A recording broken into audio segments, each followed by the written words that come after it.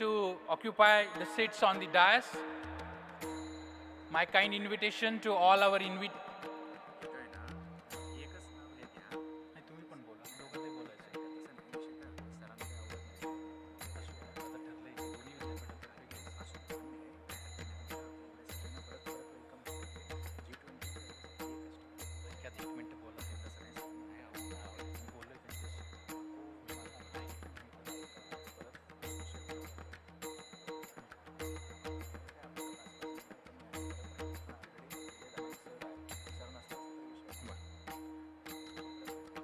We have Dr. Sharma sir, we have Professor Ankur Kulkarni sir.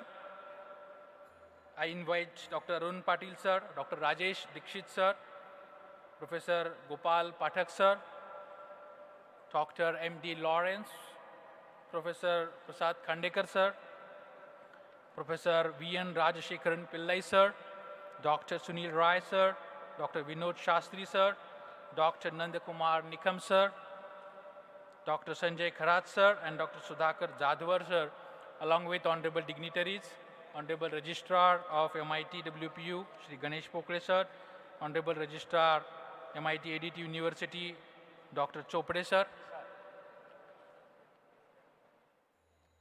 veteran educationist Professor Datta Dange sir, and all the invitees.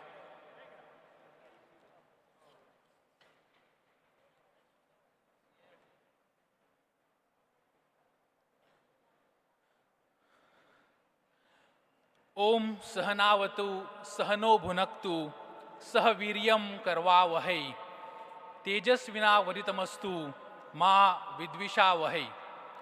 Let's come together for a social cause, creating some marvelous structure.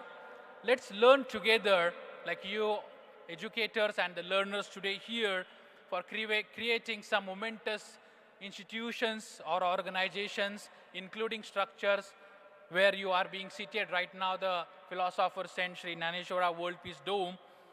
And let's do some marvelous work which will mark itself into the history of the mankind, the humanity. Let all get the power and get empowered to do these actions in reality, and let all the jealousy along with the hatred that goes away. The fantastic Rucha that we have just listened talks about how the education should prevail and how we move from certain principles and inculcate the attributes among the learners. When we talk about the national education policy, it is really inculcating those attributes. When we say STEM, the science, technology, engineering, mathematics, that moves to STEAM, science, technology, engineering, ameliorated with ads, and then the mathematics. The theme on behalf of the G20 Interfaith Summit 2023, the Shaping World Peace and Sustainable Development through Interfaith Harmony at the philosopher Saint Sri Dhaneshwar World Peace Dome, Vishwarajbagh, Loni Karbor, Pune, Bharat. I, Dr. Ratnadeep Joshi, extend a warm welcome to all the dignitaries on the dais, educators and learners. When we talk about the outcome-based education, the out-of-the-box to no-box education, the holistic skill-based education, what are these attributes that we intend to inculcate among the learners, and that we would be hearing from the stalwarts from the international community, the national eminence gathered here on the dais at present. I extend a warm welcome to all of you for the important session which is going to shape the future of the nation, the future of the world, along with the generations coming here would be extended with the enhanced abilities. To welcome at this auspicious occasion, I invite Honorable Registrar of Dr. Vishwanath Kharar, MIT World Peace University, Professor Ganesh Pokhare sir, for an welcoming address to the dignitaries that have arrived. Shri Ganesh Pokhare sir. Thank you. A very good afternoon to all of you. This is indeed a great honor to stand here on occasion of G20 Interfaith Summit 2023 and giving an opening welcome address for a very wonderful concurrent session where the topic reads as Perspectives on Indian Education Policy. I welcome all of you, all the staff, faculty, students to this important concurrent session. I deeply welcome all the Honorable Vice Chancellors here on the dais, our Founder President, Dr. Vishwashanti sir, to be part of this concurrent session and gracing the occasion. In next 2 hours of time, we're gonna hear lot of perspectives on national education policy. It's been more than 2 years from this policy is published and is into the discussion. We have seen good number of education institutes have moved forward and gone into the implementation stage of these policies. These policies aim to bring lot of reforms to the field of education. Hence, there is lot of discussion required, lot of perspectives to be understood. And today we have all these stalwarts sitting on dais. They will give us insights and perspective on this national education policy. With this, I once again welcome you all to this occasion of G20 Interfaith Summit 2023 at the World Peace Dome. This is a unique venue where we are talking about peace, harmony. We are talking about perspectives on national education policy. We are talking about the policies which will shape the future generations. With this, I'll not take much of your time. We have a lot of stalwarts to be heard here on this policy. I once again welcome you all and request the anchors to move forward. Thank you. Thank you very much, sir. Professor Ganesh Pokre, sir, Registrar, MIT World Peace University. Now I invite the host, the World Peace Dome installed at the place of the MIT ADT University. The Registrar of MIT ADT University is with us. I invite Dr. Mahesh Chopade, sir, to extend the greetings and welcome to the dignitaries on the dais, as well as the dignitaries who have arrived here for G20 Forum. Dr. Mahesh Chopade, sir. Thank you. The perspectives on Indian national education policy, as we all are well aware about the National Education Policy 2020, which has been made in place.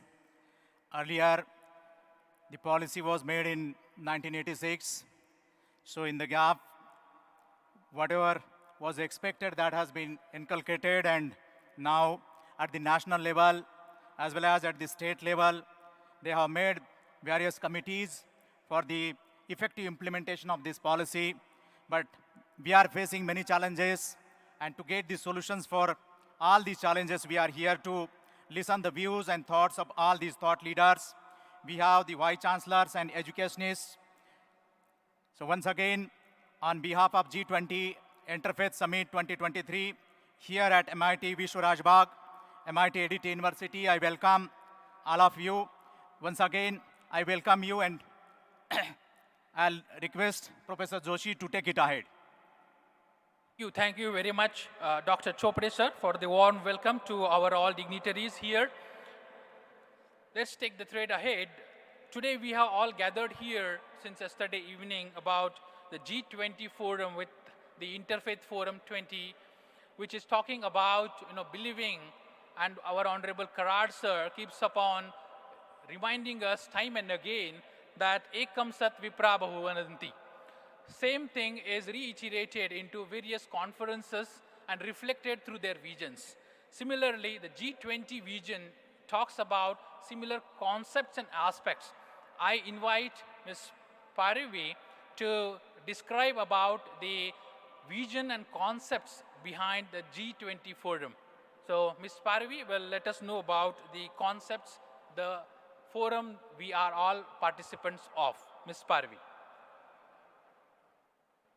Thank you so much, sir. Someone rightly said, regardless of where we live or what language we speak, a smile has the incredible power to heal. Everyone smiles in the same language, and that's what brings us all together. Namaste, delegates. On behalf of the G20 Interfaith Forum, in collaboration with Dr. Vishwanath Karad, MIT World Peace University, and the Interfaith Alliance for Safer Communities, I, Parevi Brahmbhatt, heartily welcome you all to this magnificent World Peace Dome. The G20 Interfaith Forum, launched in 2014 during Australia's G20 presidency, brings together diverse religious communities to influence global agendas. By uniting visionary leaders, it seeks innovative solutions, fosters dialogue, and inspires positive change. This summit, held in Pune at the World Peace Dome, is a crucial opportunity to promote global peace and holistic development, considering religious perspectives for a more inclusive, peaceful, and a sustainable world. The forum brings leaders, organizations, government officials, and the civil society together to share experiences and strengthen suggestions for the upcoming G20 summit in New Delhi, taking right after this forum. Ladies and gentlemen, get ready for a powerful experience as we present our theme video. It encapsulates the heart of our event and our shared values. Let its word and images inspire us all. Now, let's dive into our theme video. I request the technical team to play the video. This session is based on perspectives on Indian national education. This session is based on perspectives on Indian national education. Through this session, we will be dealing with some of the most important questions, such as what do Indian leaders see as the major issues in national education policy, what are important focus areas for the future, and are there any traditional areas of education in India that could provide attractive educational patterns for others. This session will bring together a number of prominent Indian educational leaders to discuss their views on national education policy within India and what implications this may have for education in other parts of the world.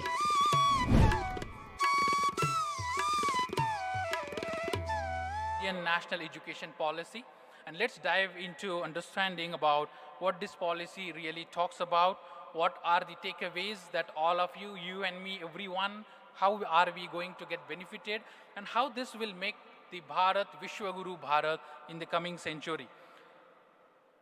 We all talk about 8 multiple intelligences that comes in the kinesthetic that basically we as teachers try to inculcate most among our learners.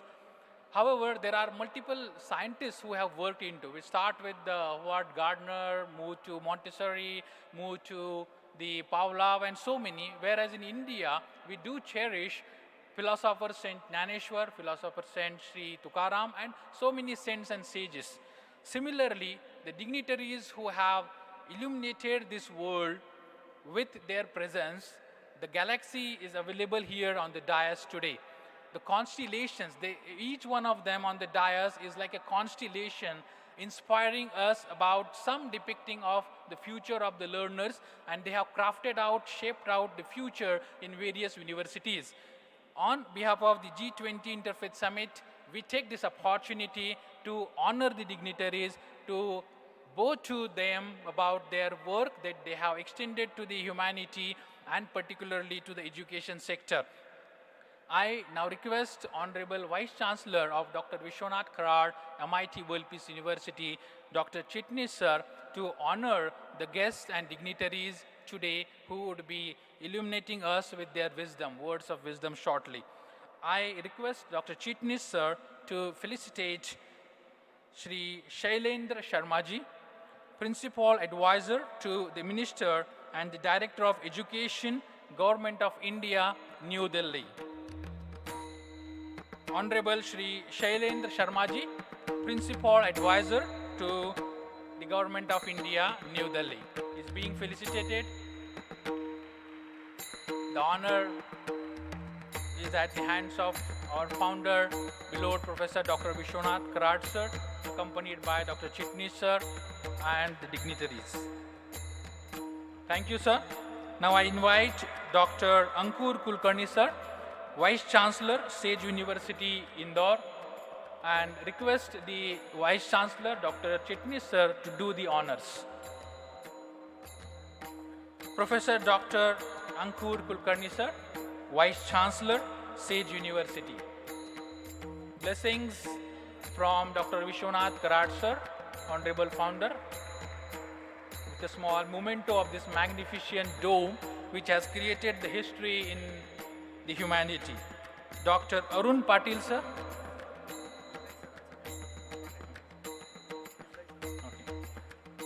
I request Professor V.N. Rajshekharan Pillai sir, Honorable Vice Chancellor and Member, Somaiya University, Chairman of PERA and former UGC Chair, Honorable Dr. Karad sir, blessing Honorable Shri V.N. Rajshekharan Pillai sir,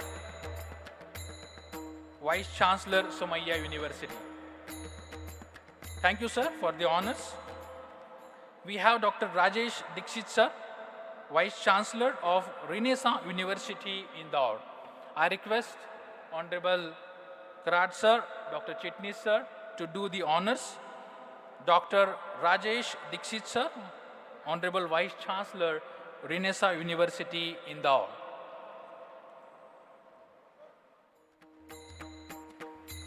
Dr. Chitnis sir, accompanied by Professor Ganesh Pokre sir and Dr. Chopre sir, registrars of the universities. Thank you sir for the honor, and thank you Dr. Dixit sir. Now I invite Professor Gopal Pathak sir, Honorable Vice Chancellor, Sarla Birla University, Ranchi. Honorable Professor Gopal Pathak sir, very renowned personality. I request everyone to applaud widely because the magnificent dome should get your echo of applauding and honoring the guests. We felicitate Professor Gopal Pathak sir. I request Dr. M.D. Lawrence sir, Vice Chancellor, Dr. P.A. Inamdar University, Pune. Dr. M.D. Lawrence being honored at the hands of Dr. Chitnis sir, in presence of Professor Pokre sir and Dr. Chopre sir. Thank you sir. Dr. Prasad Khandekar sir, our family member earlier and now the founding Vice Chancellor, DES Pune University, Pune.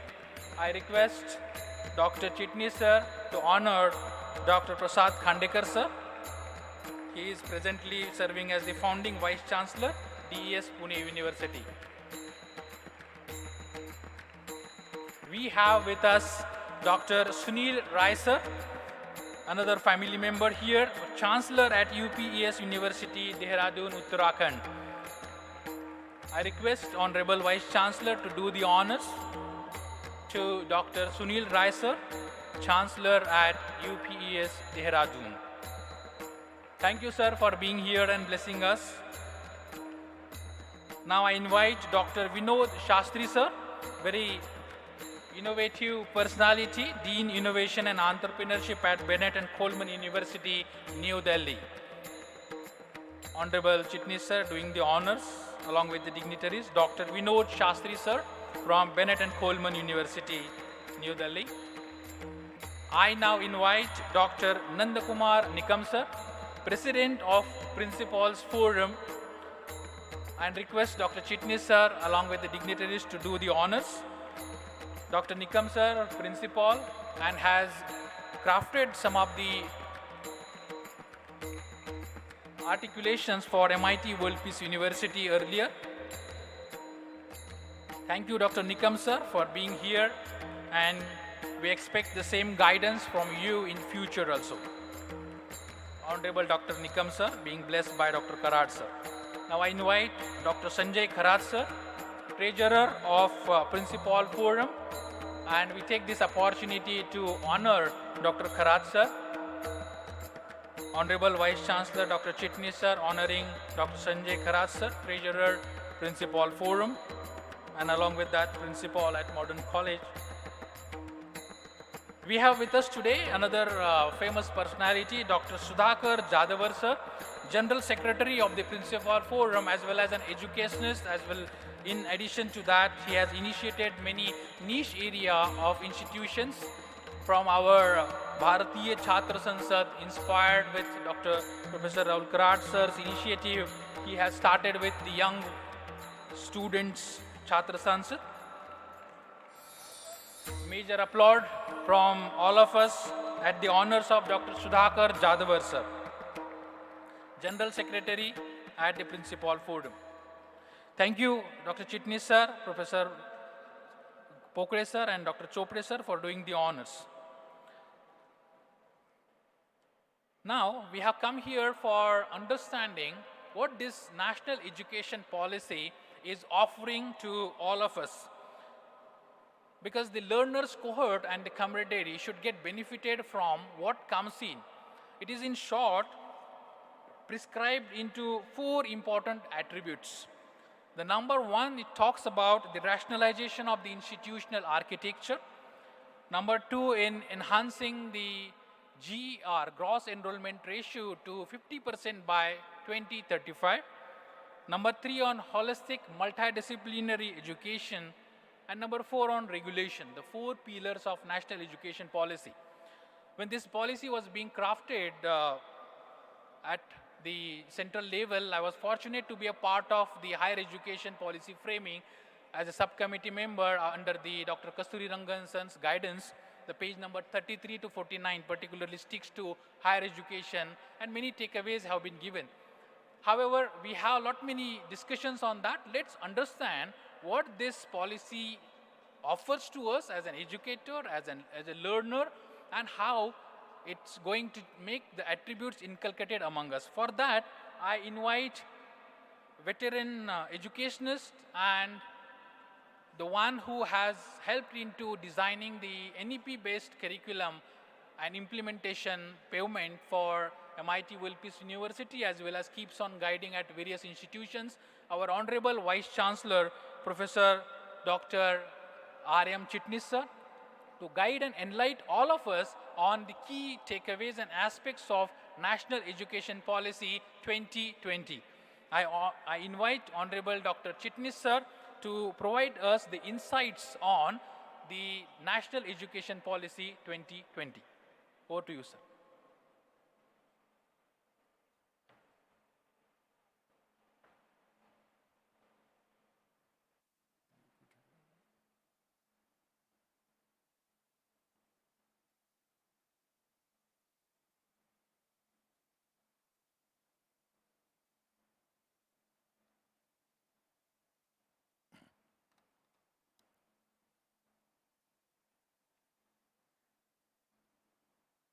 Good afternoon and namaskar. At the outset, I welcome all of you once again on behalf of revered Dr. Vishwanath Karat sir, founding president of MIRES, and he started MIT College of Engineering in 1983. He was the first one to write open article wherein very important point which he envisaged then was that how about private investment coming into education in state of Maharashtra, because government which lacks sufficient fund and cannot open multiple engineering colleges, and look at the population of state of Maharashtra, wherein so many people want to go ahead, so many students want to pursue their career in engineering or management per se. But due to paucity of funds at government of Maharashtra level, they have to forego or withdraw their career path or pay hefty amounts and then go to nearby states like Karnataka by paying huge donations. Vasantdada Patil then invited sir, who was then professor of mechanical engineering in Pune. And he asked, if you feel there is a dire need of privatization of education in state of Maharashtra, why don't you start engineering college, sir? The immediate response was again paucity of funds. Chief Minister, visionary person, replied that if your cause is noble, Almighty helps. And with no funds, Dr. Karad sir started MIT engineering. लोग जुड़ते गए, कारवा बनता गया. Today, sir has 70 plus colleges or schools, colleges affiliated to University of Pune. And very few know that MIT has 6 different universities. One is in Kothurud, MIT World Peace University. One is in Loni, where we are at the present. We have one university which is design-based in Ujjain, near Indur, from where 2 vice chancellors have come.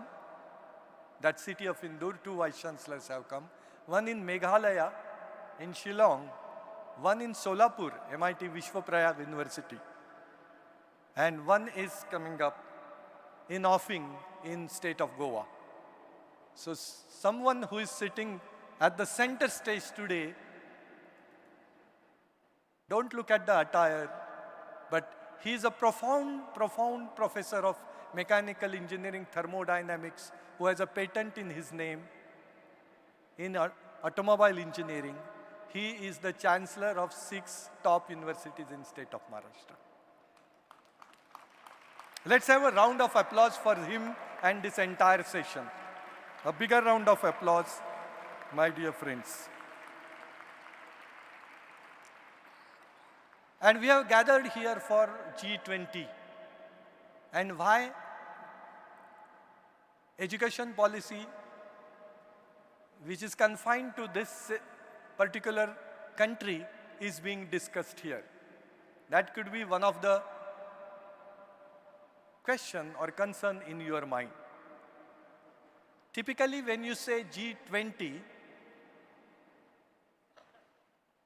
the agenda or the points which are deliberated or discussed are primarily on the economic issues and collaborations. But this is much further version of G20. If you look at it again, it is G20 Interfaith, which goes much beyond economic issues, but it talks about the religious connectivity or the peace and harmony among the countries or among the different sects of different religions. Again, you will ask, if it is interfaith and religious connectivity is there, then why NEP is being discussed here? And here is the deliberation which says that this G20 Interfaith talks about sustainable development goals of United Nations. There are 17 sustainable development goals of United Nations, which is like a guide or Bhagavad Gita to all the 200 countries in the world, how to behave, how not to behave, and which are the common minimum program agenda points. And among 20 comes poverty alleviation, human trafficking, women issues, concerns, sustainability development,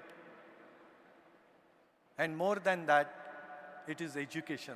And this time it is access to education which is being deliberated in SDGs. And this G20 Interfaith, which takes place every year, has almost 12 different working groups.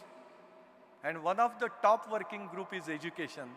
And my dear colleagues and dear students, and that's why this breaking or this working group of G20 Interfaith wants direct feedback about the education of tomorrow, a future of education.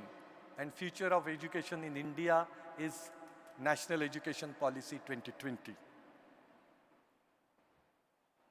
And that's why in G20, which is G20 Interfaith, we are discussing education. With this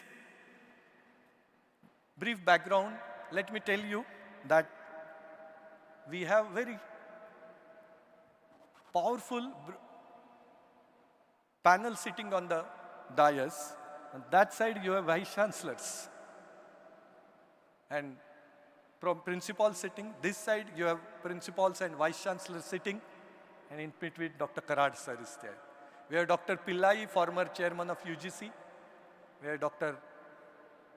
Pathak sir, Sarla Birla University's vice chancellor, Shage University's vice chancellor, Renaissance University's vice chancellor, UPS University's former vice chancellor and present chancellor. Galaxy of people. They are sitting here. I also want, before I go ahead, thank Dr. Joshi for connecting us to G20, who would be there in this particular hall or maybe in one of the breaking sessions.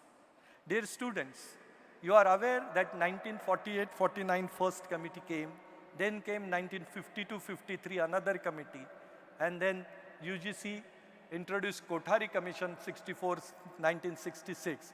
And that Kothari Commission was later on had another policy, which is improved policy in 1986. And there where India stopped. Could you believe India, which is the largest populist, 140 crore people, stopped about improvisation of education policy way back in 1986. We don't want to go into reasons as such, but 1986 till almost 2018, 2019, Dr. Pillai can tell exact dates. Nothing happened, but I think 16, 17, Dr. Pillai, 18th NEP first group was formalized, and then discussion started under guidance of the very eminent scientist, researcher, that is Dr. Kasturi Rangan. And then lot of vice chancellors, lot of principals deliberated upon the first draft. Then it was made open to public. And then as Government of India shares the suggestions, please give the suggestions. And these suggestions are then shared on the internet, 3,74,580 suggestions from the general public, academicians, parents and students came. And then we got in 2020 National Education Policy, which is now popularly called as Education Policy 2020. And let us see, these are some of the top things which are there in this education policy.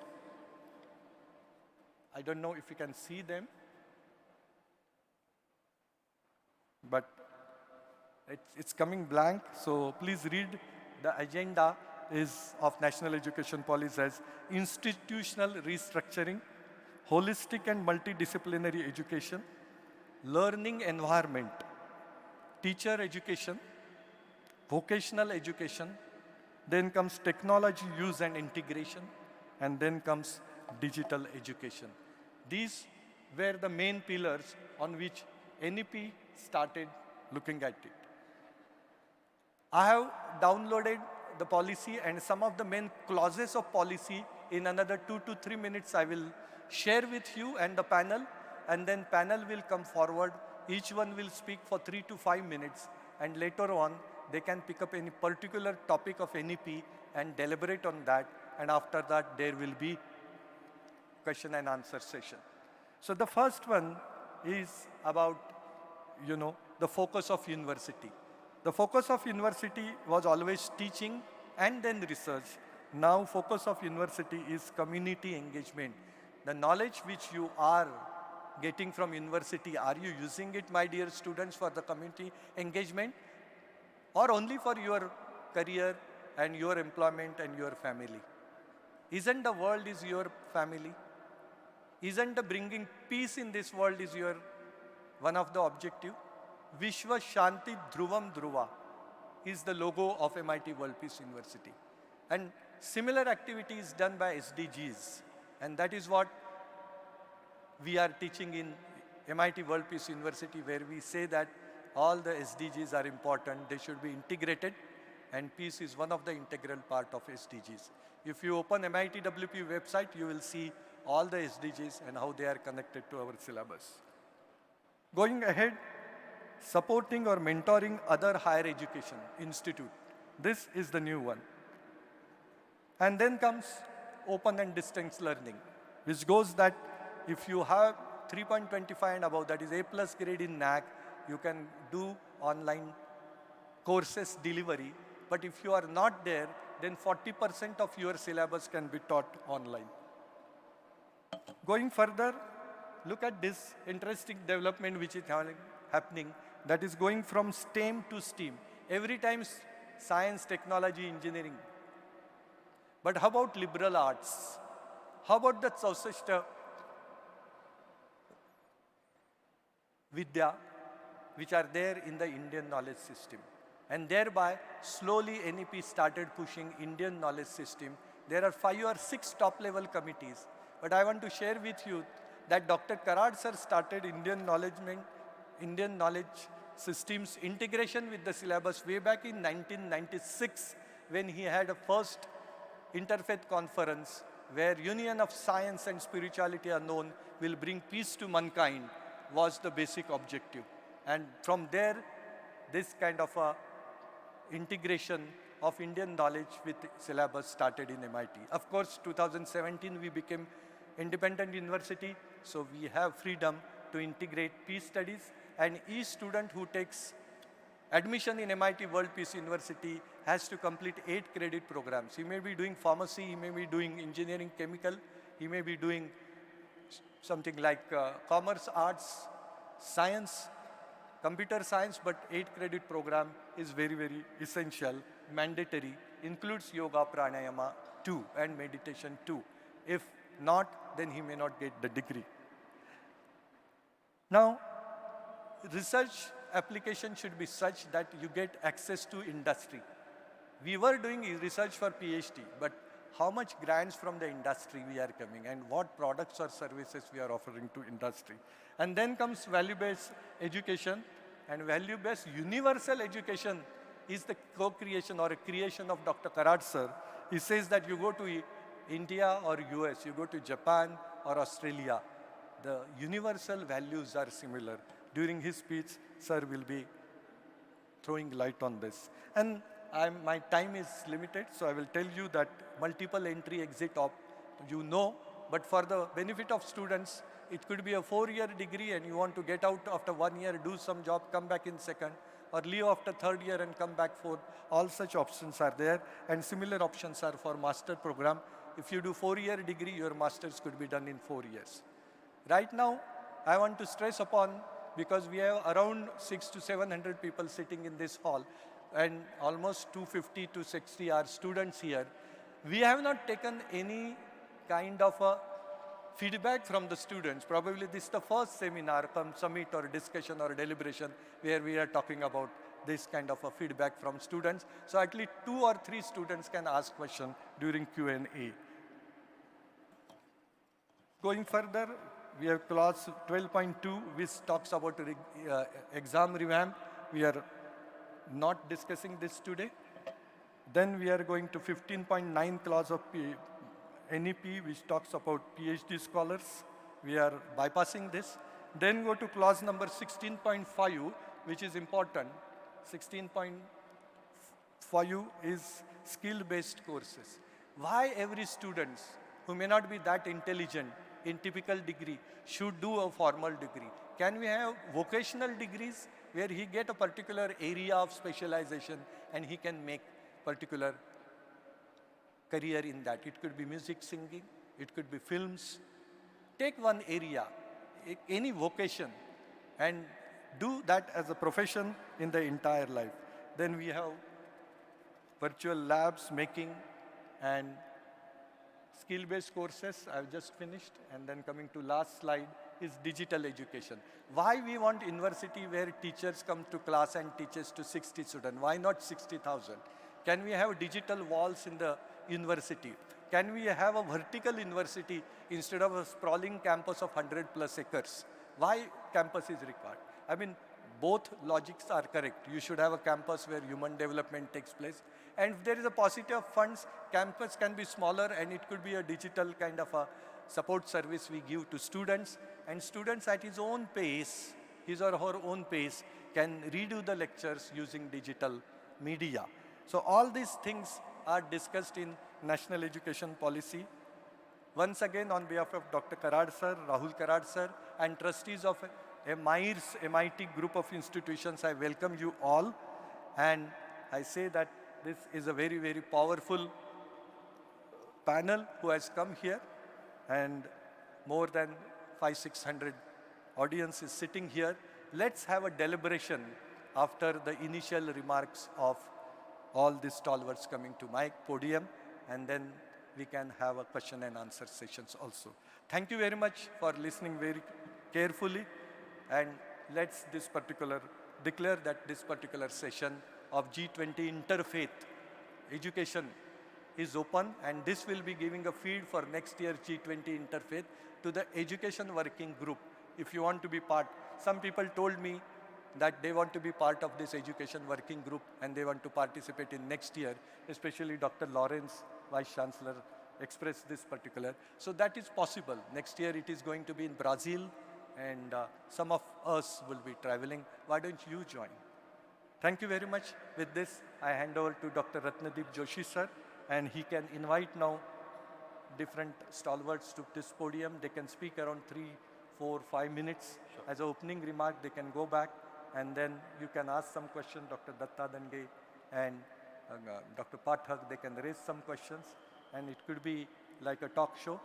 And after that, let some people do suggestions. After that, question answers.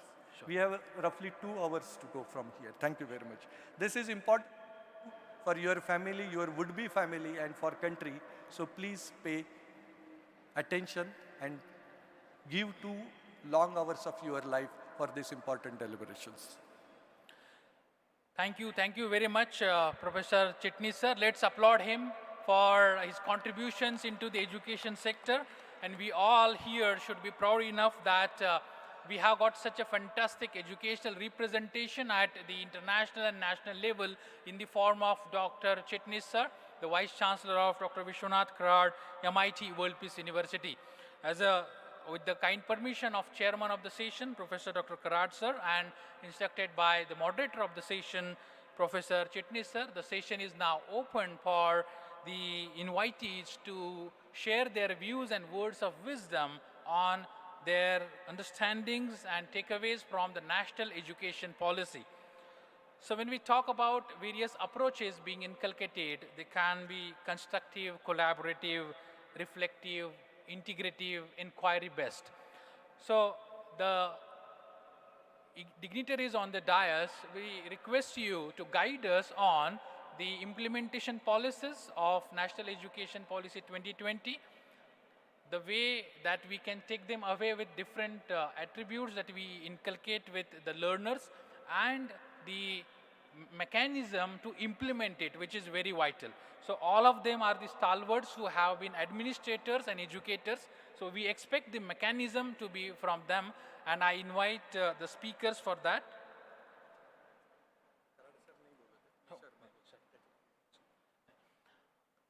So I invite Honorable Shri Shailendra Sharma sir, Principal Advisor to the Minister and Director of Education, Government of Delhi, New Delhi, to share his words of wisdom on national education policy. Shri Shailendra Sharma ji, welcome, and over to you, sir. Thank you. Namaskar, aap sabhi ko. Respected Professor Karnad, Dr. Chitnis, it is my privilege to share my perspective on national education policy with so many distinguished scholars on the dais and esteemed guests sitting here.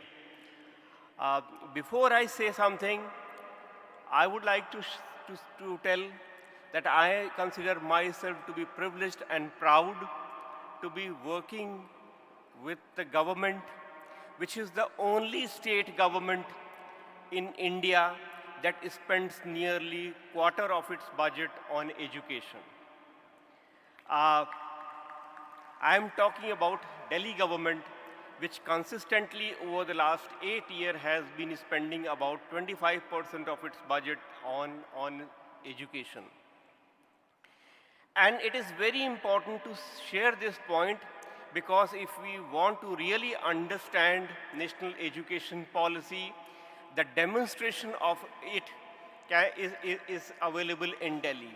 How a policy looks like when it is backed by resources, Delhi is a classic example of that.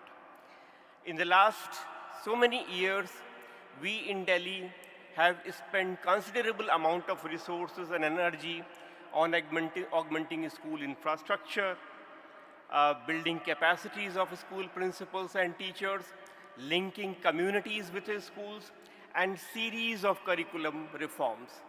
And that encapsulates the spirit of national education policy which came in 2020.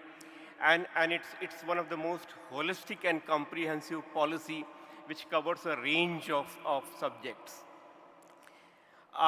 What is striking about the national education policy, and we have been working on this in Delhi, is the strong emphasis given on early childhood education. We have here in this panel distinguished vice chancellors who are luminaries in the area of higher education. But this national education policy for the first time has given a lot of importance on early childhood education. It revamps the school education system so that the entire 15 years that the child is expected to spend in the school can be gainfully utilized, and the child comes out of it not only with knowledge and skills but also with right kinds of values and attitude.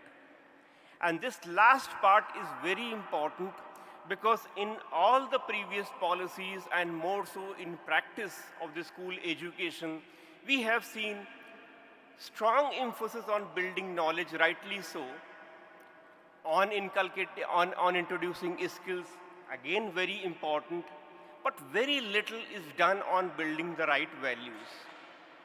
That has been the missing piece. Whereas the goal of education is to build knowledge, skills, and values.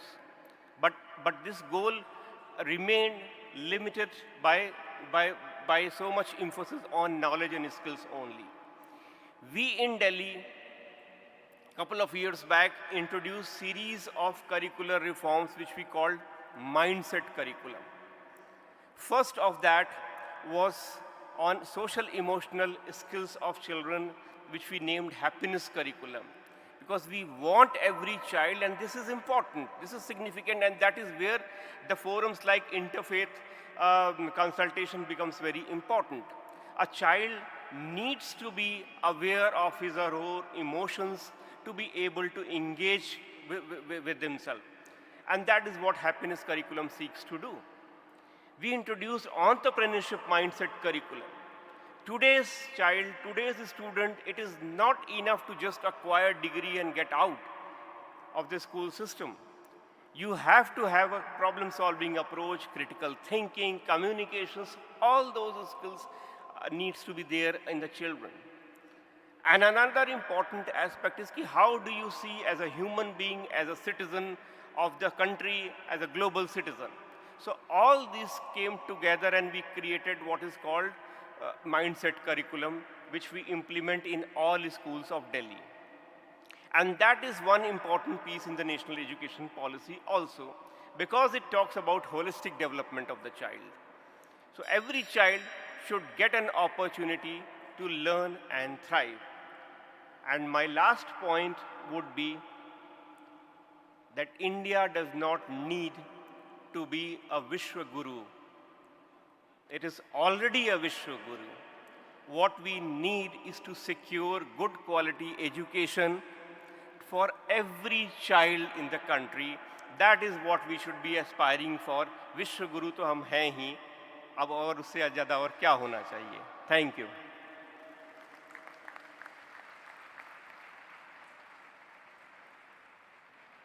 Thank you very much, Shri Sharma sir, for that enlightenment and providing us about how this mechanism for implementation, including the schools at the Delhi government, have been worked out. And I think that role model particularly that you have described here shall definitely work upon and provide us the guidance. This is very important because what we are teaching that becomes very vital. When I look at the audience right now, it really happens. It like, somebody comes in and I say, hello Ram, I have taught my small puppy to sing. And the Sham then says that I haven't seen it singing. And then Ram replies that I said I taught, I didn't say it has learned. Right? So this is the same case that happens in, it was just to bring few smiles to you. With that, let's invite our next speaker, Dr. Ankur Kulkarni sir, Honorable Vice Chancellor, Sage University, Indore. And let's listen about how he is describing the implications of national education policy and the mechanism to implement, including his ideal principles. Honorable Dr. Ankur Kulkarni sir, Vice Chancellor, Sage University, Indore. Over to you, sir. Thank you, Joshi sir. I am overwhelmed as I am standing here and addressing to you. I am really thankful to the Honorable Vishwanath Karad ji and Chitnis sir,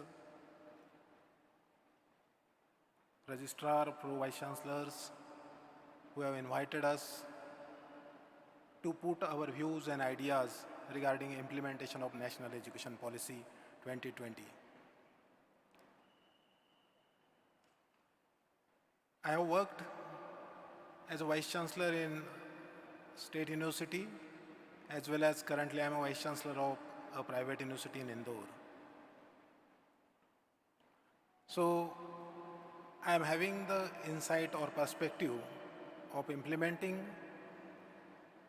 the national education policy on both the platforms.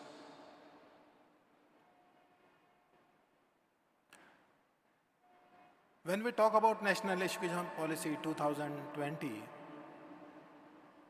the major attributes which come in our mind are barrier-free education, increasing GER. Friends, current GER is only 27.1%. If we will take the dropout at high school level, it is around 56%. And so, whatever Dr. Sharma was mentioning, then a lot of emphasis needed in primary education. Another point when we are talking about NEP implementation comes in our mind is education through our mother tongue. There are differences of opinions. I would like to share one simple my experience. 2 months ago, I was traveling in Odisha as a chairman for NAC inspection. I have inspected one campus, and as I was traveling to another campus of the university. While passing, there were large, huge mountains. And I was having time, and the persons who were accompanying me informed me that in those mountains and caves, still the tribals live. I was surprised to know that. When I have taken more information as an educationist, I come to know that the Christian missionaries who came to Odisha, visited, met those tribals. They learned their language. They translated the Bible in their mother tongue, and which is available there. No other book is available there other than that. Mother tongue is the only way of communication to every person. I would like to highlight the passion of those missionaries. They came from thousands of kilometers in India, in Odisha. They learned that tribal language. They have translated their Bible in that language and printed it in the book form and given them. So to educate any person, you require a lot of passion. And the way of communication is only a mother tongue. So national education policy also emphasizes on mother tongue education. If we will talk about the other implementation of NEP, it says that graduation, undergraduate courses of 4 years. If we will see across the country, most of the regulatory bodies have principally accepted, but at very few locations it is implemented. Because majority of the students who are taking education are in arts, science, commerce, which are 3 years degrees. To convert those 3 years degrees into 4-year degrees immediately is a political problem, and at this moment, very few organizations and institutions have implemented that. Another point, as far as NEP implementation is concerned, is the skill development. If we will talk about our ancient Gurukul system, it was a Samajaposhi educational system. It was supported by the society. And in that system also, skill enhancement was a part of day-to-day life. National education policy endorses the same aspect of personality development. At the conclusion, I am thankful again to the organizers, as my time is about to over. I would like to express my sincere thanks to organizer for giving me an opportunity to interact with you. Thank you. Thanks a lot.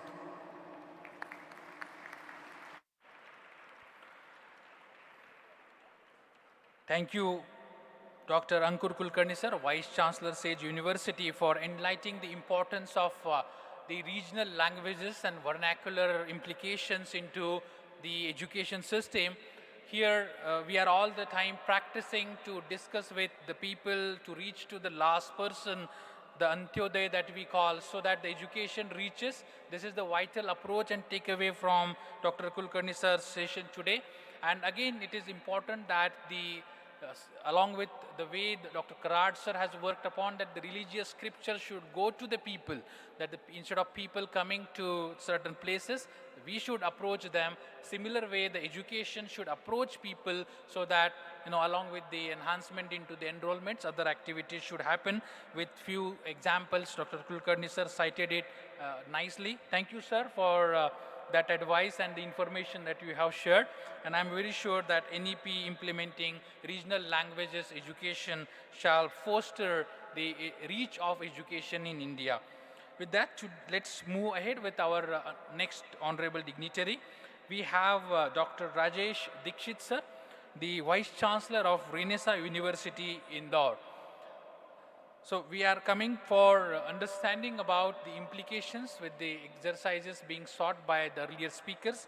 I request Dr. Rajesh Dikshit sir for paving the way on implementations of National Education Policy 2020. Honorable Dr. Rajesh Dikshit sir, Vice Chancellor, Renaissance University, Indore.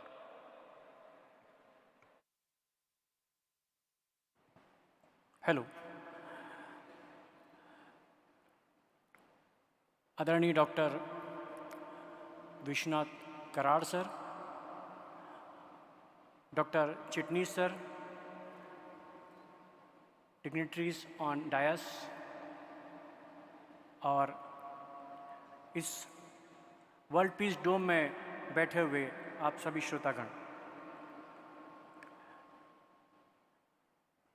Jain धर्म के एक आचार्य हुए हैं, आचार्य तुलसी।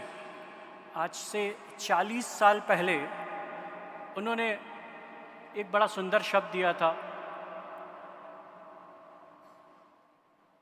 ऋषि चूंकि युगद्रष्टा होते हैं, दूरदृष्टा होते हैं, उन्होंने कहा था नए युग को आध्यात्मिक वैज्ञानिक व्यक्तित्व की आवश्यकता होगी। उस वक्त ये टर्म नया था, लेकिन जैसे जैसे टाइम बीतता जा रहा है, हम देख रहे हैं कि हमारे समाज को, बल्कि हमारी युवा पीढ़ी को इस टर्म की सबसे ज़्यादा ज़रूरत है, आध्यात्मिक वैज्ञानिक व्यक्तित्व। और ये जो स्पिरिचुअल साइंटिफिक अप्रोच है, ये वो पोंगापंथी अप्रोच नहीं है, वो विज्ञान, वो रूखा सूखा विज्ञान नहीं, वो आध्यात्मिकता, वो पोंगापंथी आध्यात्मिकता नहीं, बल्कि इनसाइड आप स्पिरिचुअल हों। आध्यात्म का मतलब ही होता है अपने साथ रहना, अपने पास रहना। और जैसा कि बुद्ध ने कहा है, अपदीपो भव, आत्मदीपो भव। अगर आप अपने साथ रहते हैं, अपने पास रहते हैं, अपने आप को पहचानते हैं, तो आप इस दुनिया को बदले ना बदलें, ये जो जीवन है इसको सार्थक कर लेते हैं। और जो कि अंतिम उद्देश्य भी है किसी भी मरणशील व्यक्ति के लिए। तो अंदर से आध्यात्मिक हो और बाहर से वैज्ञानिक हो।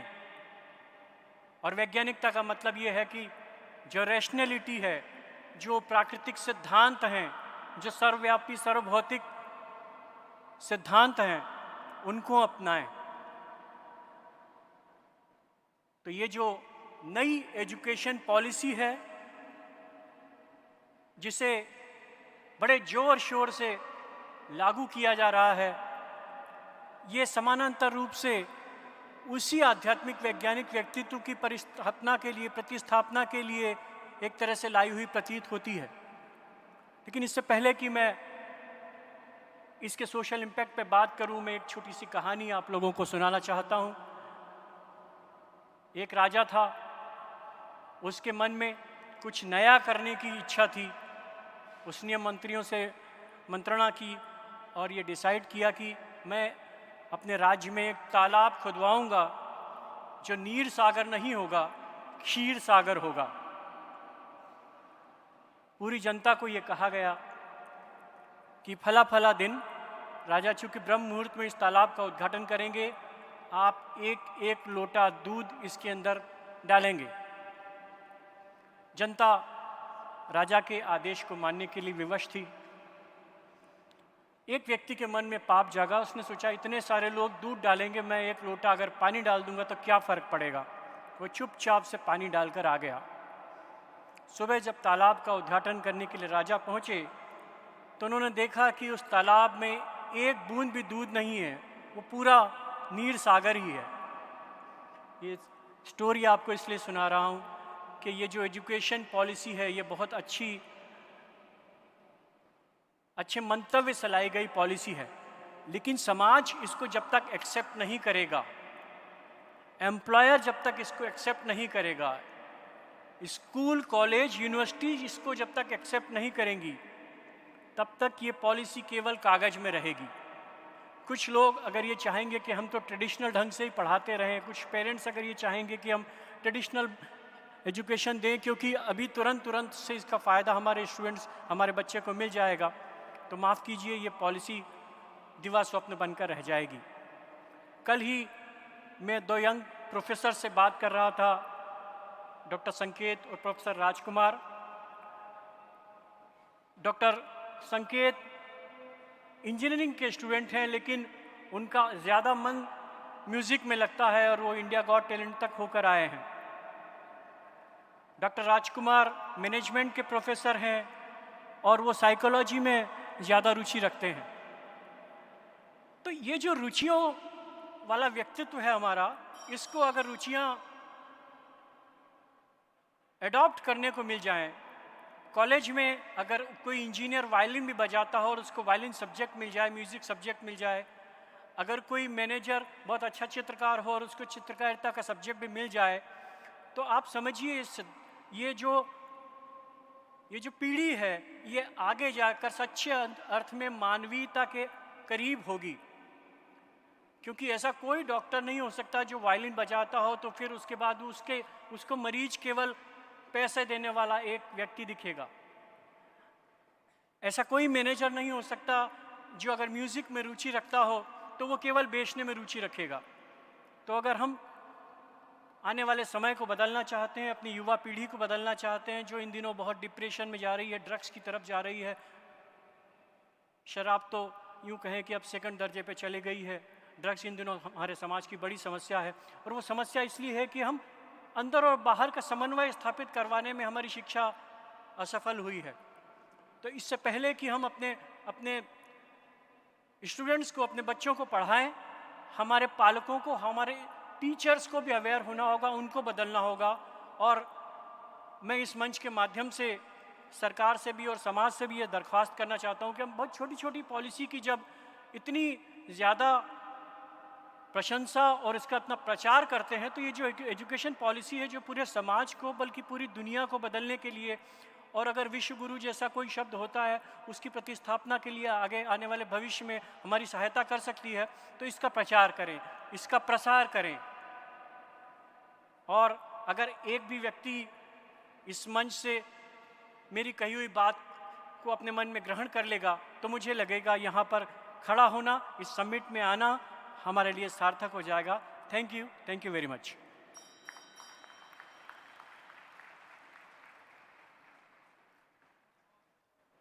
बहुत बहुत साधुवाद सम्माननीय राजेश दीक्षित सर, आपने जो बात कही है हम सभी को अनुकरणीय है। The way that we have to move from being stable over the systems towards being resilient, because that is the only thing that can mix us about moving towards or adapting something rather than inculcating or imbibing some model as it is coming from any package which might have moved from our Bharat to the world or coming back to Bharat as a repackaging system. And that's the reason what we are moving about it. I really want think of that samagachadvam samavadadvam samavo manasi janatam. That basically talks about that, let's come together, let's understand together and create something. So I think the very right perspective sir has given, that let's go away from being stable on the system and be resilient. Thank you sir. Thank you sir for that thought that has been given to us. Now I invite Professor Gopal Pathak sir, the Vice Chancellor of the Birla University, Ranchi, to express us about variations, ways of implications of NEP 2020. Over to you, Honorable Professor Gopal Pathak sir. Very good afternoon. Namaste, आप सभी को. Honorable Professor Vishwanath Kararji, Founder, Chancellor of MIT WPU. Honorable Sri Rahul Kararji, though he is not here, पर वो मेरे दिल में रहते हैं. Honorable Vice Chancellor, Dr. Chitnis, respected Registrar, and other officials, all honorable panelists, all respected members sitting in the audience, all the teachers, faculty members, whom I always address as the most respected member of the society, because they are teachers and they create new generation.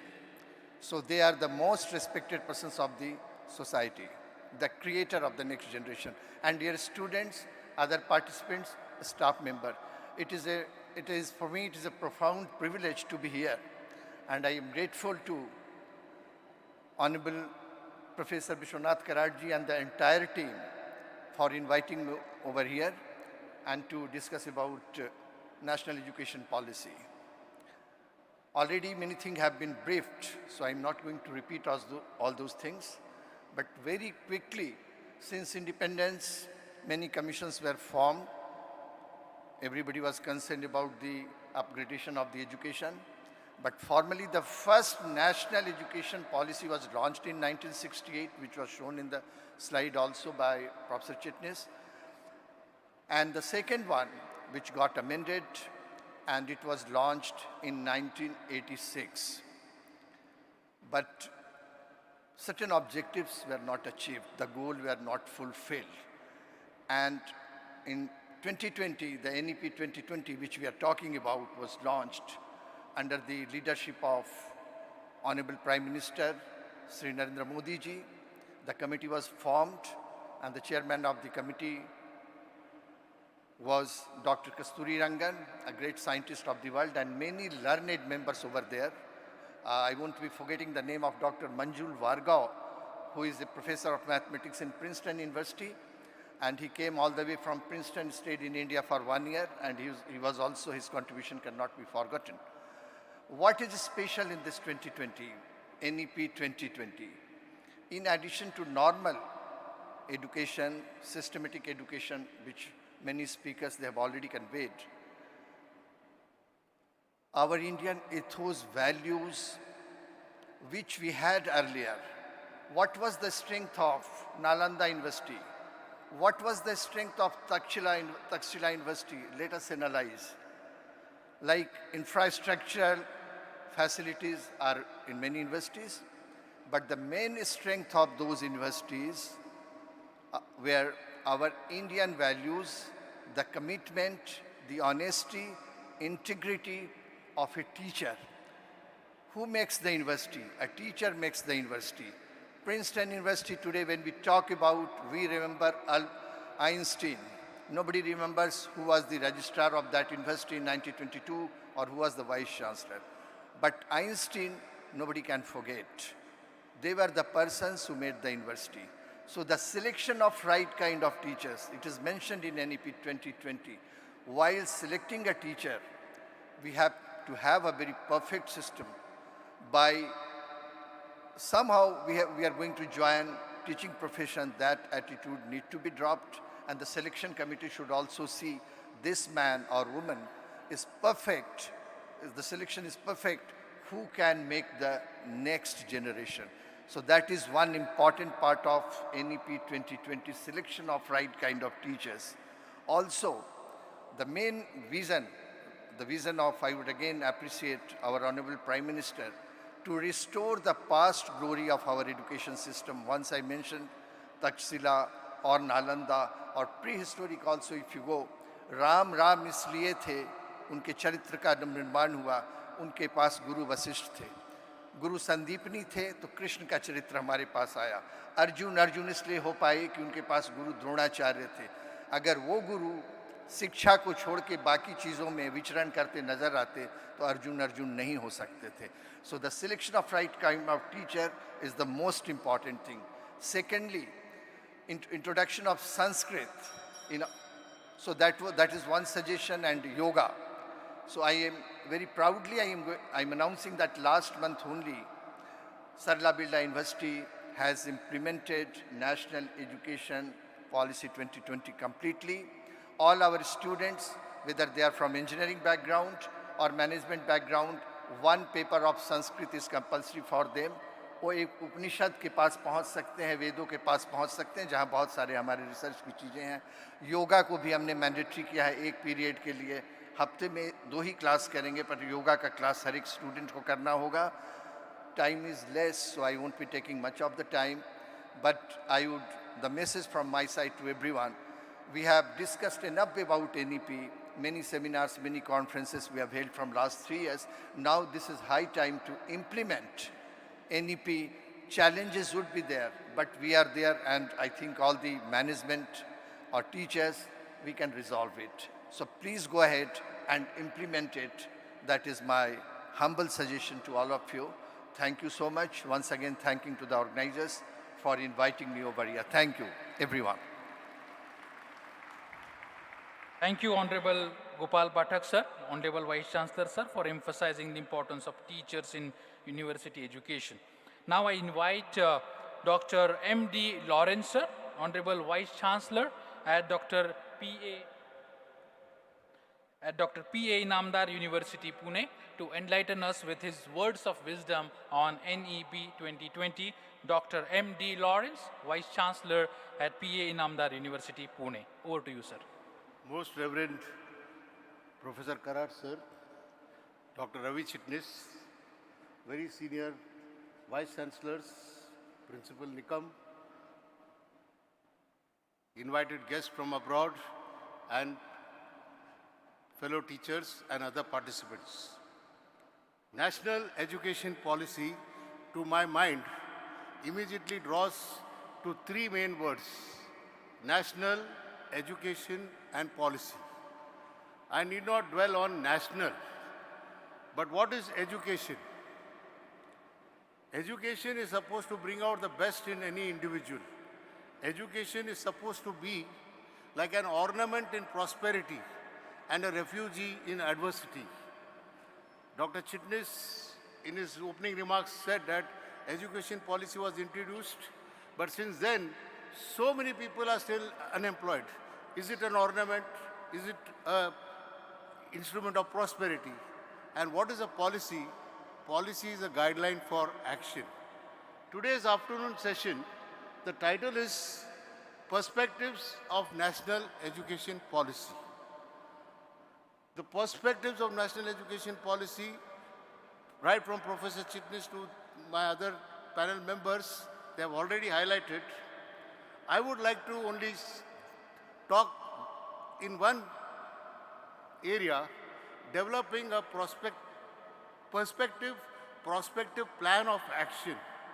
And I would call it as the ICSGD strategy. ICSGD strategy means how do we get upon effectively implementing this national education policy. We all know everybody is holding seminars, conferences, workshops, symposiums, etc. But in many universities still, the 4-year course has not been started. Many schools have not started the implementation. So the first perspective is to see the perspective of implementing the national education policy in its right spirit. Once after implementing, the next big challenge will be the C. My strategy is ICSGD. C factor stands for, after implementing, will we sustain? Will it have a continuity? Will it have a healthy continuity? So many loopholes, so many problems, challenges are there. So will we can encounter and continue it? And it is not over. After continuity, the next strategy we should be simultaneously working on is the S strategy, the stability factor. How can we become stable in the world of education, in imparting education, in transmitting education, and in creating the national wealth of the country through terms of education by attaining stability. And the last two, it's too early to talk, but that strategy is related to growth strategy and the development strategy. I feel only happy with one salient thrust of the education policy. The thrust is on skill development. Yes, truly, I read in one of the articles in the paper, they said that education development is like holding a passport. But passport holding is not enough.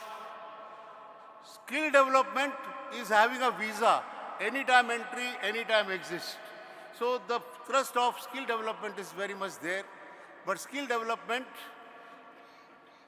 we have got the resources. There are a lot of problems and challenges to do that. Lack of funding, limited capacity, shortage of qualified researchers, lack of advanced innovation, lack of infrastructure and learning resources. Quality is a big problem. Governance, leadership, and management is another problem. Culture, work culture, student-centric approaches, learning-centric approaches, all these things are there.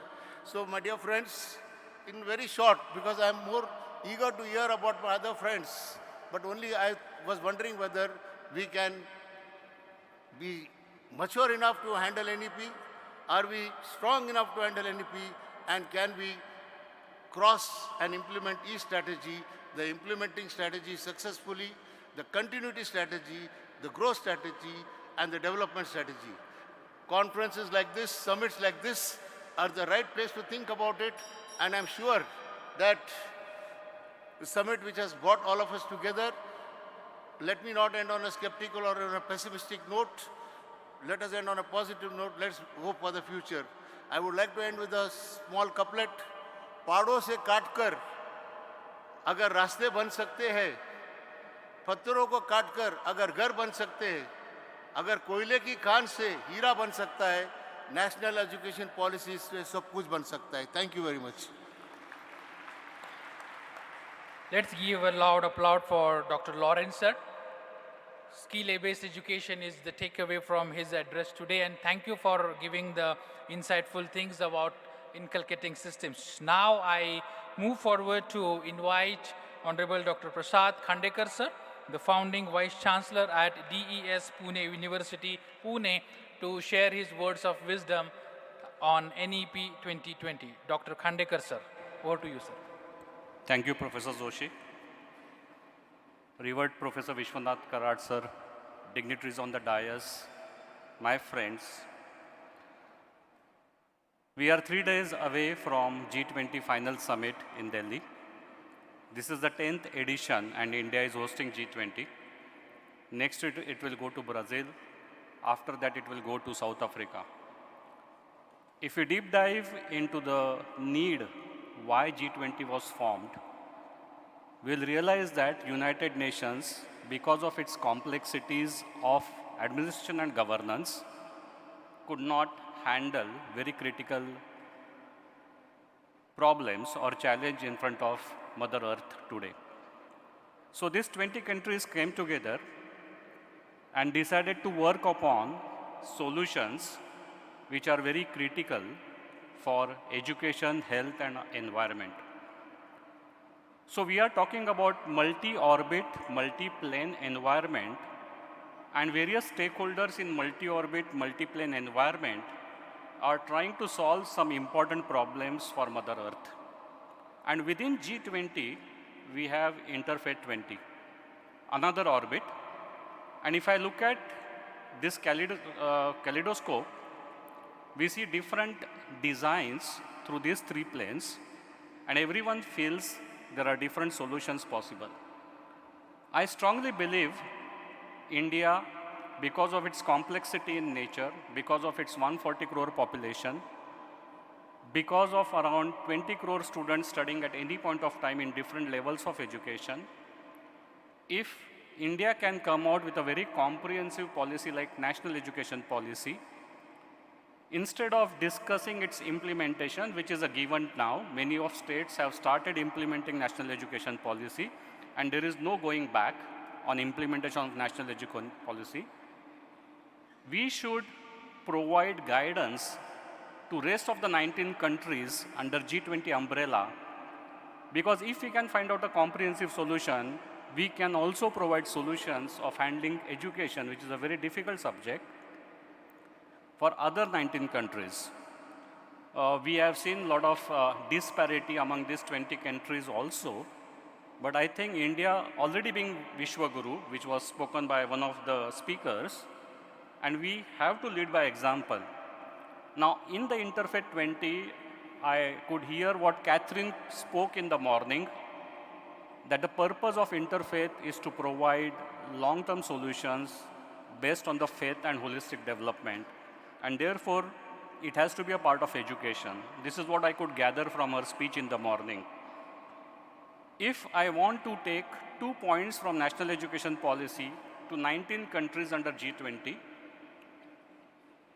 2 important parameters. One is the multidisciplinary and holistic environment given by the education in India.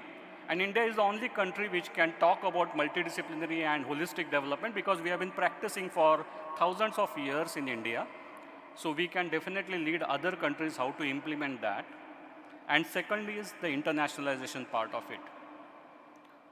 NEP also talks about 5 pillars on which NEP is based. Out of 3, I'll talk about and I'll end my speech. It's about access to education.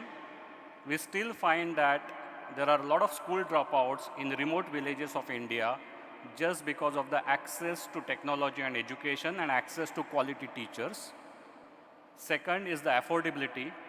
We find that more and more privatization of the education has led to increased cost of education. That is also one of the major hurdles for education system implementation in India. And lastly, and most importantly, the accountability in education. At all levels, we have, if I have to use the word, we have failed miserably to bring accountability in education right from the leadership level to the teachers in the classroom and in the laboratories and to the students and to the parents who are also a cohesive part of this entire education system. Unless and until we bring that accountability in the education system, I don't think any policy can be effectively implemented.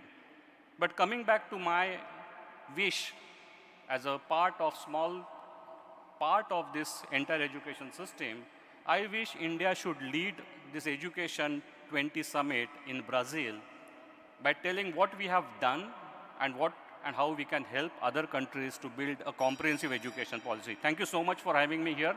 Thank you, Dorn. Thank you.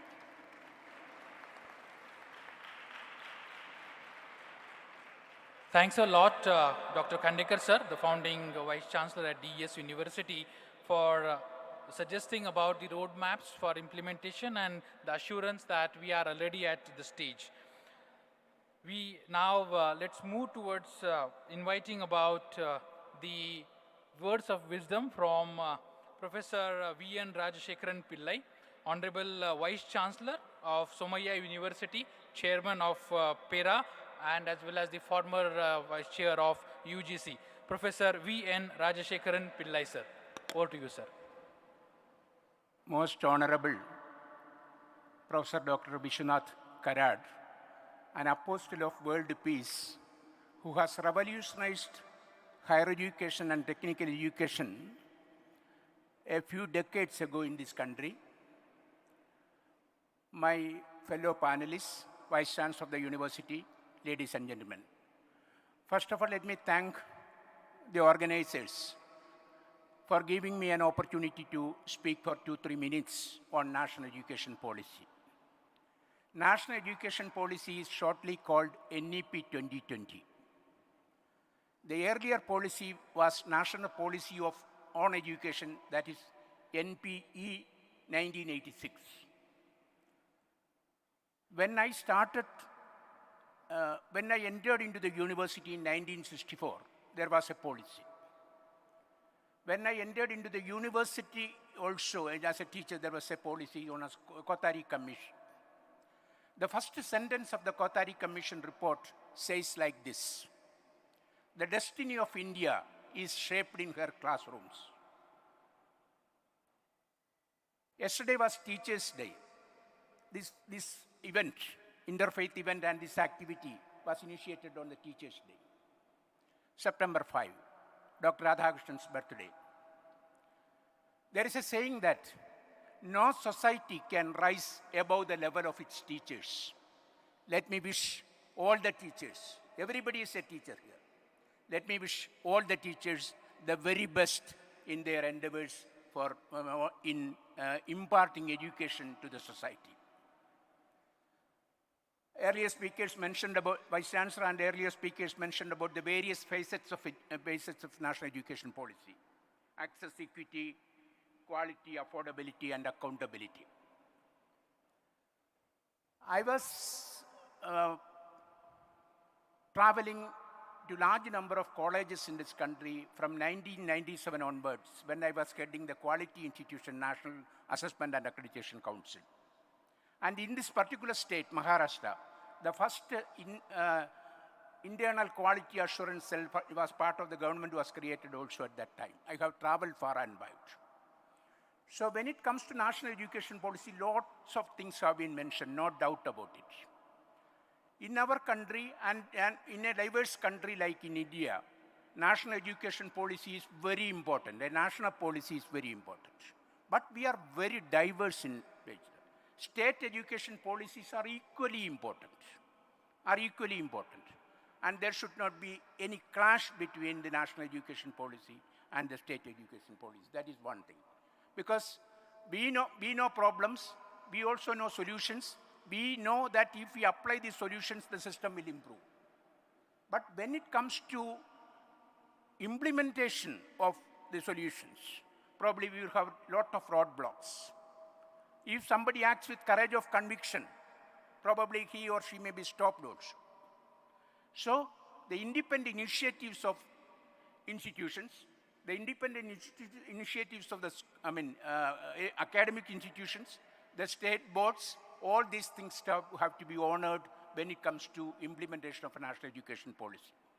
They are good. I am part of the national education policy implementation in the state of Maharashtra. During the last 8 months, I have traveled far and wide in the colleges in the state of Maharashtra. Of course, we have implemented in 156 colleges the 4-year degree program and all that. Forget about all these things. But I am coming back to that classrooms and teachers. Technology is coming in a big way. Technology is changing the profile of the classroom. But technology cannot teach. Only teachers can teach. That's very important. But the teachers should understand what is the appropriate technology. Teachers should understand the context of the education, context of the knowledge and skills. The multidisciplinarity is another factor which is mentioned in the education. Whatever education, in whichever education policy, in which country, all over the world from time immemorial, multidisciplinarity is part of education. The knowledge and skills which we impart in the classroom through lectures, practicals, it is only text of education, T-E-X-T, the text of education. If this text of knowledge and skills have to be applied to the society in a successful way, the context of the society has to be understood. And the context of the society varies from time to time. It varies from place to place. It's very, just half a minute more. It changes from place to place. It is very dynamic in nature. And this text-context correlation is the point which I mentioned about the diversity of this country. Unless and until we understand the context of the knowledge and skills, the real application of the knowledge and skills will not happen. And in understanding the context, that is where the knowledge of the country, knowledge of the nation, knowledge of the culture, knowledge of human civilizations all over the world, they are all coming into the context. And in order to understand the context of the knowledge and skills, that is where we impart multidisciplinarity. There can be hundreds of ways of doing such things. Let us concentrate on these things. And I'm very confident that with courage of conviction, if institutions understand the spirit of it, and then try to implement. We should not prescribe other unchangeable frameworks to any institution. This is how new knowledge emanates, new things happen. Thank you very much. And I am very glad that the interfaith dialogue, Professor Vishwanath Karad and Rahul Karad, has thought about the national education policy, and probably they will think more about discussing about the national education policy in a much more focused way in very specific elements. Thank you very much. Let's applaud for Honorable V.N. Rajshekaran Pillai, sir. Fantastically explain on EDI, equality, diversity, and inclusivity. We assure you, sir, that on the path that you have described as a former Vice Chairman of UGC, we shall follow at our universities and in higher education. Thank you, sir, for that advice. Now, I take the privilege to invite Honorable Dr. Sunil Rai, sir, the Chancellor at UPES University, Dehradun, to describe about and speak his mind over implementations of the national education policy, particularly in the perspective era when we are talking on open AI, ChatGPT, and other aspects. I request you, sir, to guide us on various aspects. Honorable Dr. Sunil Rai, sir, Chancellor at UPES Dehradun. Over to you, sir. Vande Mataram. माझे गुरु, सगळ्यांचे गुरु, विश्वचे गुरु, विश्वधर्मी doctor Vishwanath Karad sir, सर्वप्रथम मैं आपको नमन करता हूं. Dignitaries on the dais, dignitaries of the dais, faculty, colleagues, and dear students, ladies and gentlemen, at the outset, I would begin by expressing my sincere thanks to the entire team of the G20 Interfaith Summit brought together by the World Peace University under the able mentorship of Professor Rahul Karad sir, the Professor Chitnis, Milind Pandey, and the entire team. Many thanks to you for bringing us together here for this very important event. We have all heard about aspects of policy, about the way the policy is to be implemented and so on and so forth from the people who know it the best. I would just give some perspective on what will happen if NEP is implemented. And I'm making it quite simple, more because my young friends who are the real torch bearers of the progress of the mankind sitting here. So to express my set of 3 C's, NEP 20 implemented, the products who have gone through that education policy will actually be moving from consumption to contribution. The first set of C, move from consumption to contribution. The second aspect or the proof of NEP implementation would be they move out from competition to collaboration. Moving out from competition to collaboration, and finally, from compressedness to comprehensiveness. Now, these 3 will be the litmus test that the NEP is implemented. Towards the first one, there's nothing like GCP. There is something called GDP. There's no gross consumption product. It is gross development product. Nations, societies are measured by what they can contribute. Richness is not on consuming. And look at the West, talking about carbon credits and XYZ are the most, I would say, who are consuming the most in the world, and therefore, what we need is contributors. What we need is the sustainability in thought. So for my dear friends, if you can create a meter like how you have a Fitbit, which tells you how many steps you walked, and which tells you how healthy you are, and so on and so forth, can you create a watch which will tell you that this C is greater than that C, which means today my contribution is greater than my consumption. If I have consumed this much of power, I have contributed or created this much of power. Now, anything that you do, whether you design systems, you design solutions, these solutions have to contribute more than what they can consume. Look at that young fellow roaming around on the moon. I'm talking of Pragyan. Pragyan is creating its own energy, creating its own solutions, finding its own solution, then it is consuming the data from the earth.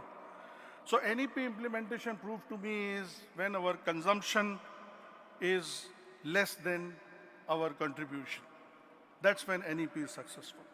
The next part is about, I said, more collaboration than competition. The problem is we collaborate within and we compete from people outside. Just change this. When you collaborate from people outside and compete within, when you compete from within, every time you do something, you become the better version of yourself. And therefore, can you collaborate? So an institution is great if it is contributing. Now look at the example set by our founding father, Dr. Vishwanath Karad. Look at the collaborations. The entire ecosystem has grown in every place where MIT institutions have gone.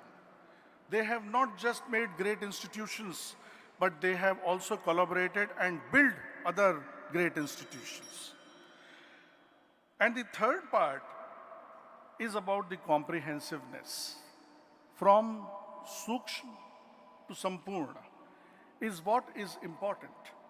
And that is where NEP is suggesting, and there will be a time when these youngsters may not be registering with us for degrees, they will register us only for skills. Now, it is the comprehensiveness of skills which will bring solutions. Solutions don't come out of degrees. Solutions will come out of integration of multiple skills. And which is why NEP is now focusing on skills. Dr. Chitnis talked about easy entry, easy exit was just a testimonial that we as educators realize that it is skills which are very, very important. So comprehensiveness of solutions. And it is coming from this great place. To me, the Sant Gyaneshwar Dome is the headquarters of the peace for the whole world under the guidance of Dr. Vishwanath Karad.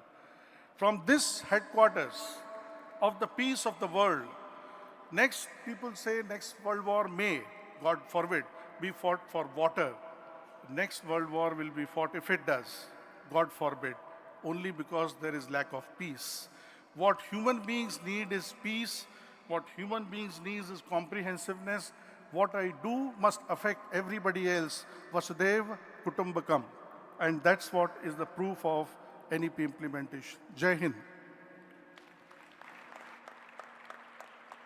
Wonderfully said, Honorable Dr. Sunil Rai, sir. The passion and the compassion should come together, and then only the NEP will be successful. Thank you for giving us the guidance and sharing your words of wisdom on the aspects and attributes of NEP. Now I take and honorarily invite Dr. Vinod Shastri, sir, the Dean at Innovation and Entrepreneurship at Bennett Column University, New Delhi, and request him to share his words of wisdom with the forum here gathered at G20 Summit, with understanding about the co-relationships of interfaith obligations as well as advantages. Over to you, Honorable Dr. Vinod Shastri, sir.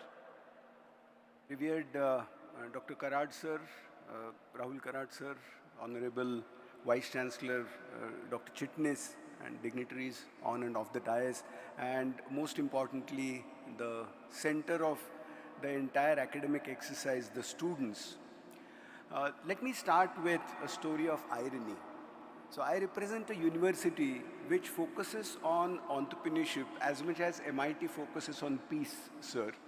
And so in 2016, when the university came into existence, a student from Hyderabad, the university is in Greater Noida, but a student from Hyderabad, long way away from Greater Noida, his name is Sankarsh.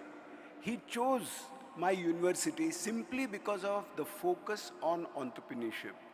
And lo and behold, in 2017, he actually set up his startup. He actually registered his private limited company in 2017 within a year of joining the university, because we supported and he also had the potential. In 2018, this boy was debarred from appearing for the semester examination. The reason being, his attendance was falling short of the UGC norms. So I personally took this student to the Vice Chancellor. I requested that he should be allowed to appear for the examination, because he joined us to become an entrepreneur and his attendance is falling short because he has become an entrepreneur now. So we cannot punish him for doing what we wanted him to do all the time. But that didn't happen, and unfortunately, the boy had to actually drop out of the university.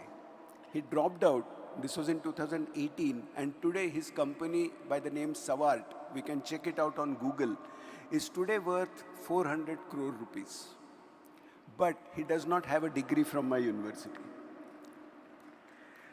We lost out on a great story. We are telling this story, but only unofficially, because he is no more our student, or he is not even an official alum.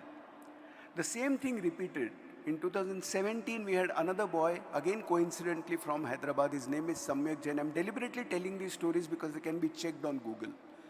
So same thing repeated in 2019, and this boy also dropped out.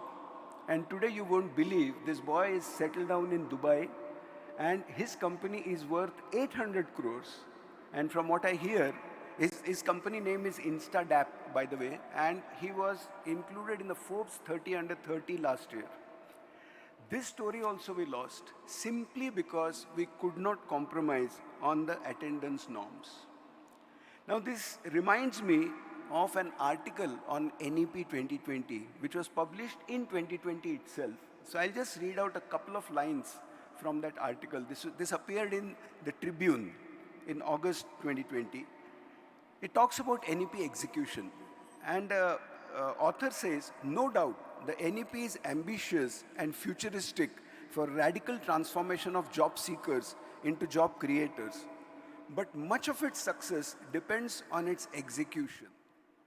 The execution of NEP in true spirit will make the Indian youth accelerated and affianced for creating value for other people based on the knowledge acquired by them. And this will further fuel deep learning and illustrate the practical relevancy of the education system. So as much as we speak about the policy itself, I think ultimately it's going to be the implementation that's going to be the key.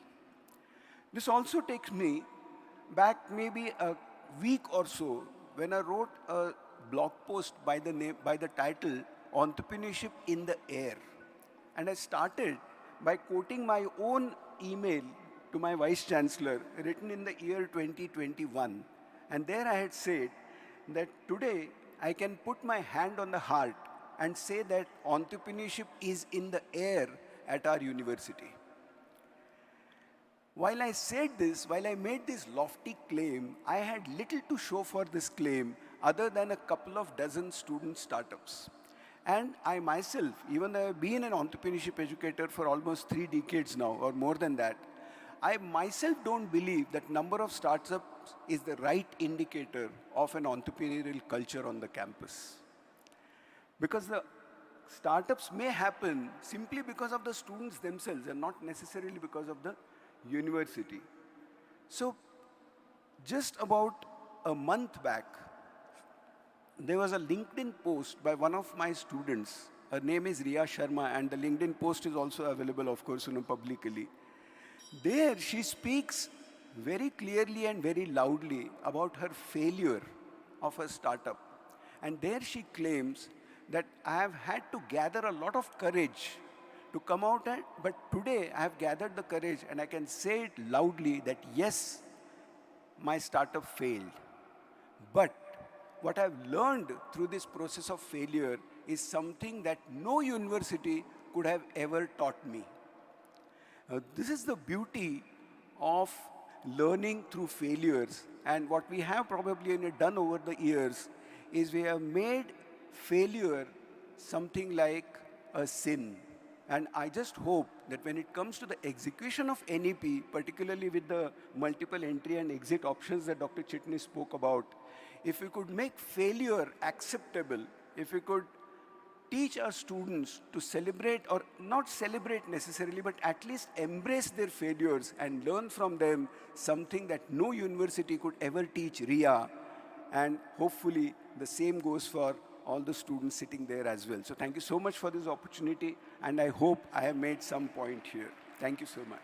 Thank you. Thanks a lot, Dr. Vinod Shastri, sir, the Dean of Innovation and Entrepreneurship at Bennett Colum University, New Delhi, for giving the insights on how the multiple entries and exits could diversify the education and pave the ways for skill-based amelioration into the education system. Thanks for those insights, sir.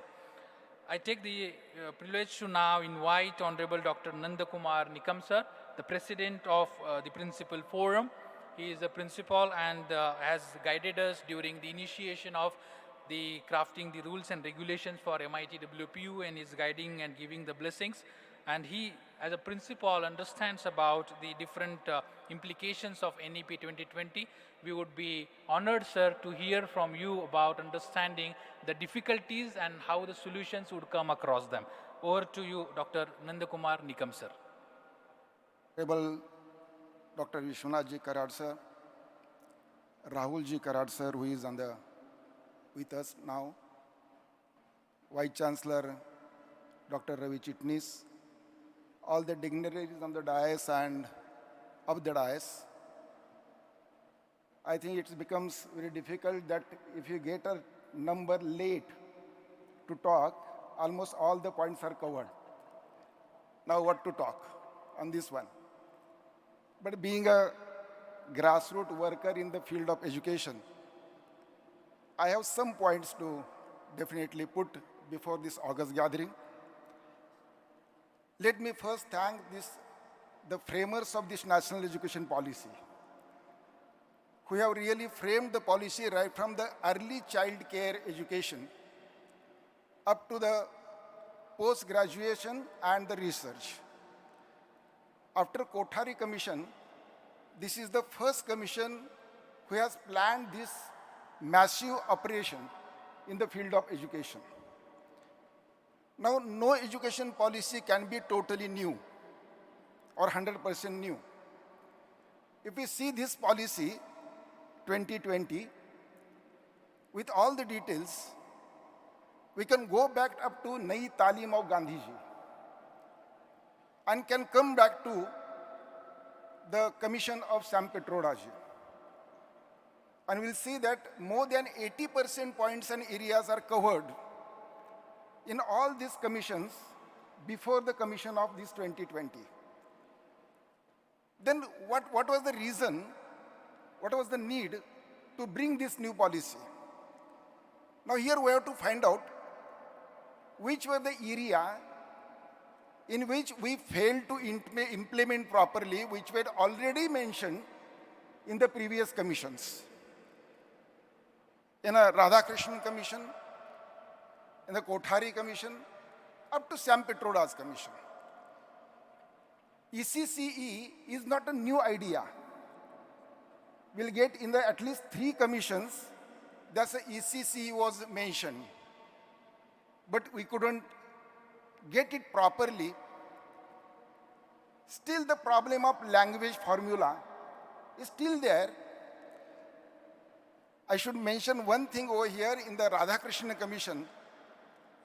Dr. Radhakrishnan has mentioned in 1948 that there can be a federal language in the field of education, in a federal language.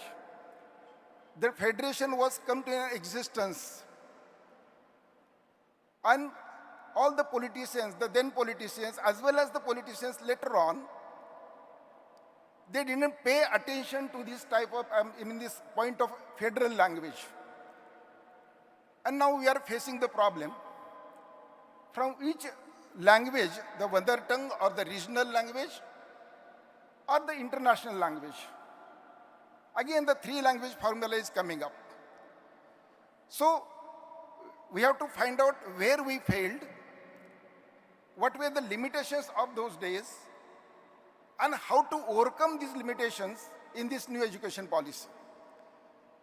As the same way ECCE was there was an intermediate colleges. That was an idea given by many commissions. In the same commission in 2020, it is given in 9th, 10th, 11th, and 12th. This is 5 plus 3 plus 3 plus 4. This last 4 was never taken care of properly. If we can take this care of properly, because there only the multidisciplinary approach starts in this 4 unit, this is the 3rd unit of 4th year. And that is connecting to higher education. 5 plus 3 plus 3 plus 4, the last 4 is connecting to higher education. So that should be properly taken care of. Then the other point is that how this can be implemented. The previous speakers have already mentioned that the proper recruitment and the able teachers should be recruited properly in the field of higher education. This is necessary, as well as along with the recruitment, the teachers should be trained properly. Periodically, they should be trained. There is a need of small units of training modules, and this training should be given to the teachers. At present, in the field of higher education, is a total untrained area is there. Right from a vice chancellor to the last person, no training is given. We only work on the experience and experiment. So the proper training should be given. And the other point is, there's a proper syllabus should be prepared. As it is a multiple exit and multiple entry, the syllabus should be properly implemented, syllabus should be properly prepared. And finally, that comes to research. The research should be lab to land. How can we take the lab research to the land? That is applied research. If this is a beneficial to the common man, then and then only people will support your education system. And unless and until the common man doesn't support the education system, this cannot be successful. Therefore, I just mentioned 3 points over here. In the last commissions where we failed, that should be assessed properly. Secondly, that the teacher should be properly recruited and trained. And third, that is the research should be taken to the field or taken to the people or the common man and for the benefits of the humanity. That is the success of this national education policy. And the real point that goes with the teachers, still the government, not only the government of Maharashtra, if we see in all over India, the teachers are not recruited, they are not trained.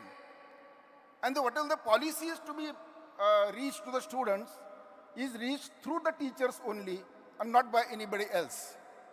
And therefore I request the government as well as the policy makers and all the educationists to trace these points to make this policy successful. Thank you very much. Thank you, Honorable Dr. Nikam sir, for bringing in foray about the difficulties, particularly teachers' education and the training, that part that comes in. Thank you for those insights and the solutions that provided from your behalf. Now I invite Dr. Sanjay Kharat sir, the treasurer of the Principal Forum and Principal of Modern College, to guide us on the implementations and implications of National Education Policy 2020. Dr. Sanjay Kharat sir, Treasurer, Principal Forum. Thank you. Honorable Professor Vishwanath Karad, Honorable Rahul Karad, Vice Chancellor of this university, Ravi Chitnis, all the panel members and distinguished guests. It is a great honor to have an interaction with you on this G20 Interfaith Summit. And I think I am a last speaker of this discussion. And almost 10, 15 speakers have spoke on the national education policy, so almost points have been covered. There may be a repetition of few points, but I'm very happy that a national education policy is such a document. Rather, the beauty and the uniqueness of this policy is, first time, the care is taken that the student of a childhood in pre-primary school to PhD, the entire spectrum is together in framing the policy. This is the uniqueness. The second, which I personally like, is that so far as the disciplines are concerned, first time officially we are going to teach on an Indian knowledge system. We have a great history. We have a great tradition of the Indian knowledge.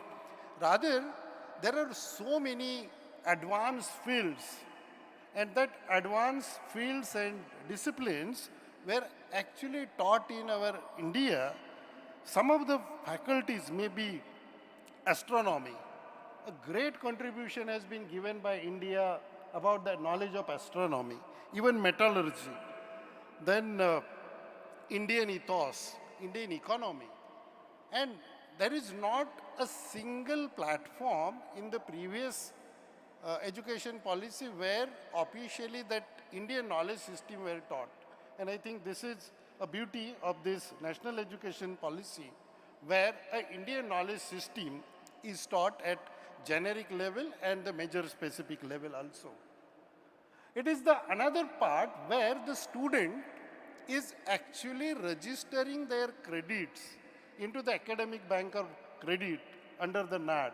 This is also uniqueness where a student can transfer the credit which have been accumulated into the NAD through this, the ABC. As if you just have a look on the higher education system in India, there is a tremendous diversity.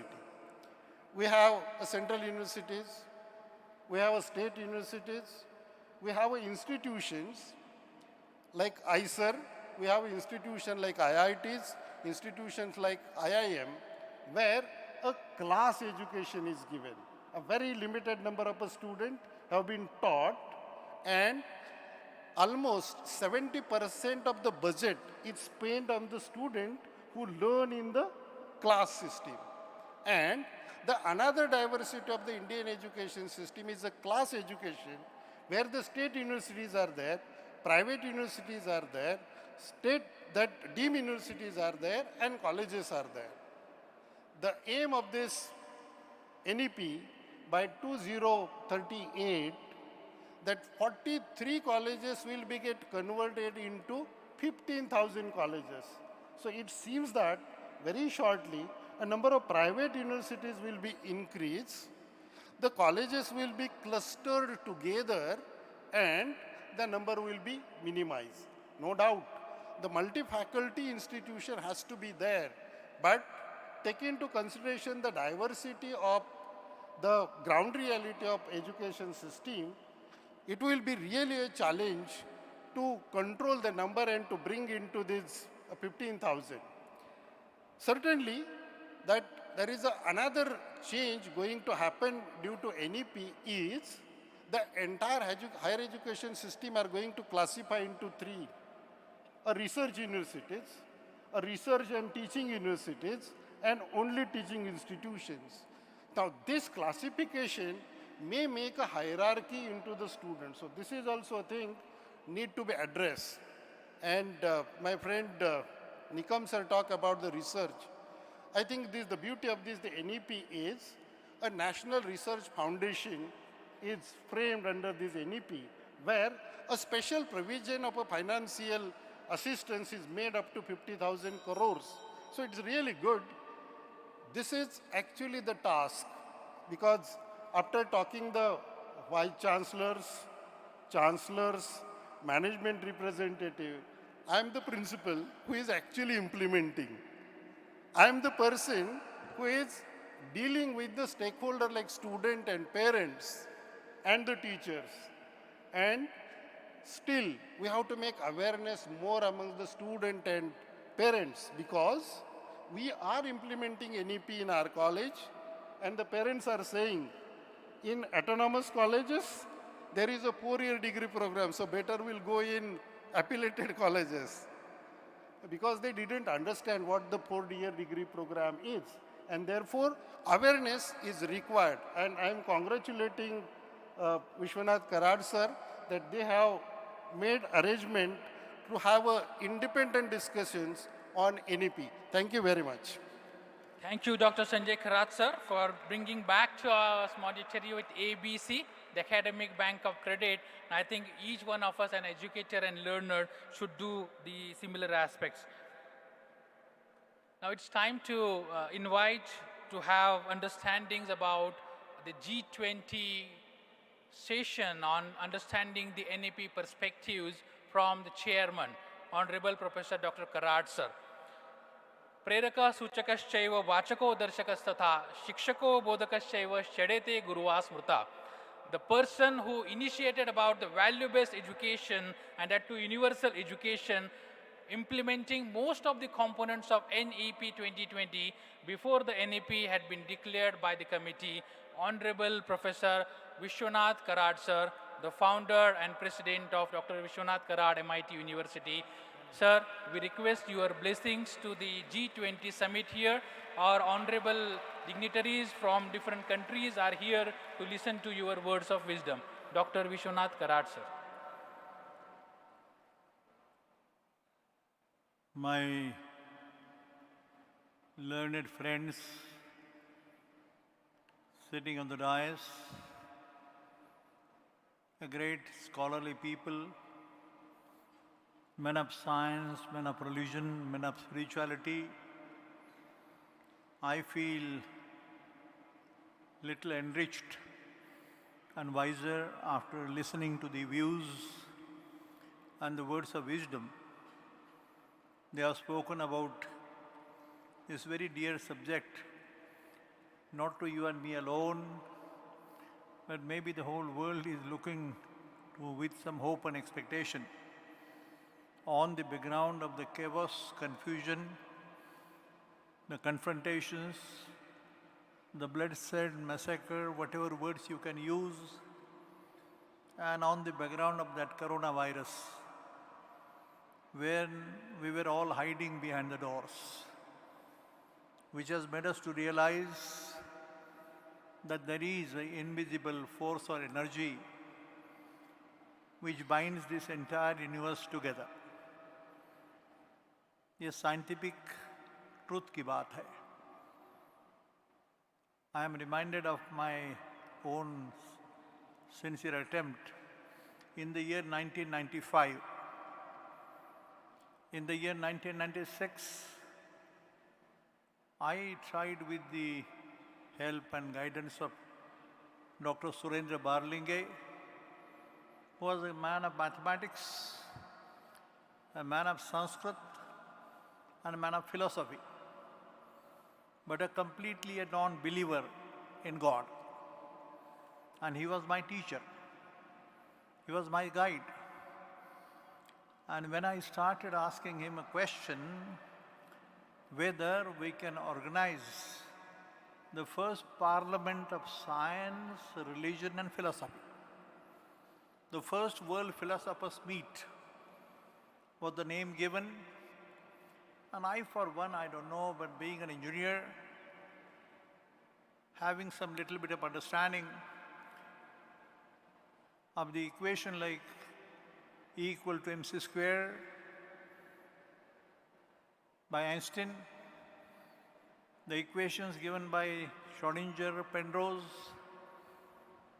and many others, but I found that men of science, spirituality and philosophy coming on the stage never took place before. And Barlinge sir, being a very senior, most respected, a revered teacher of mine, I am a believer.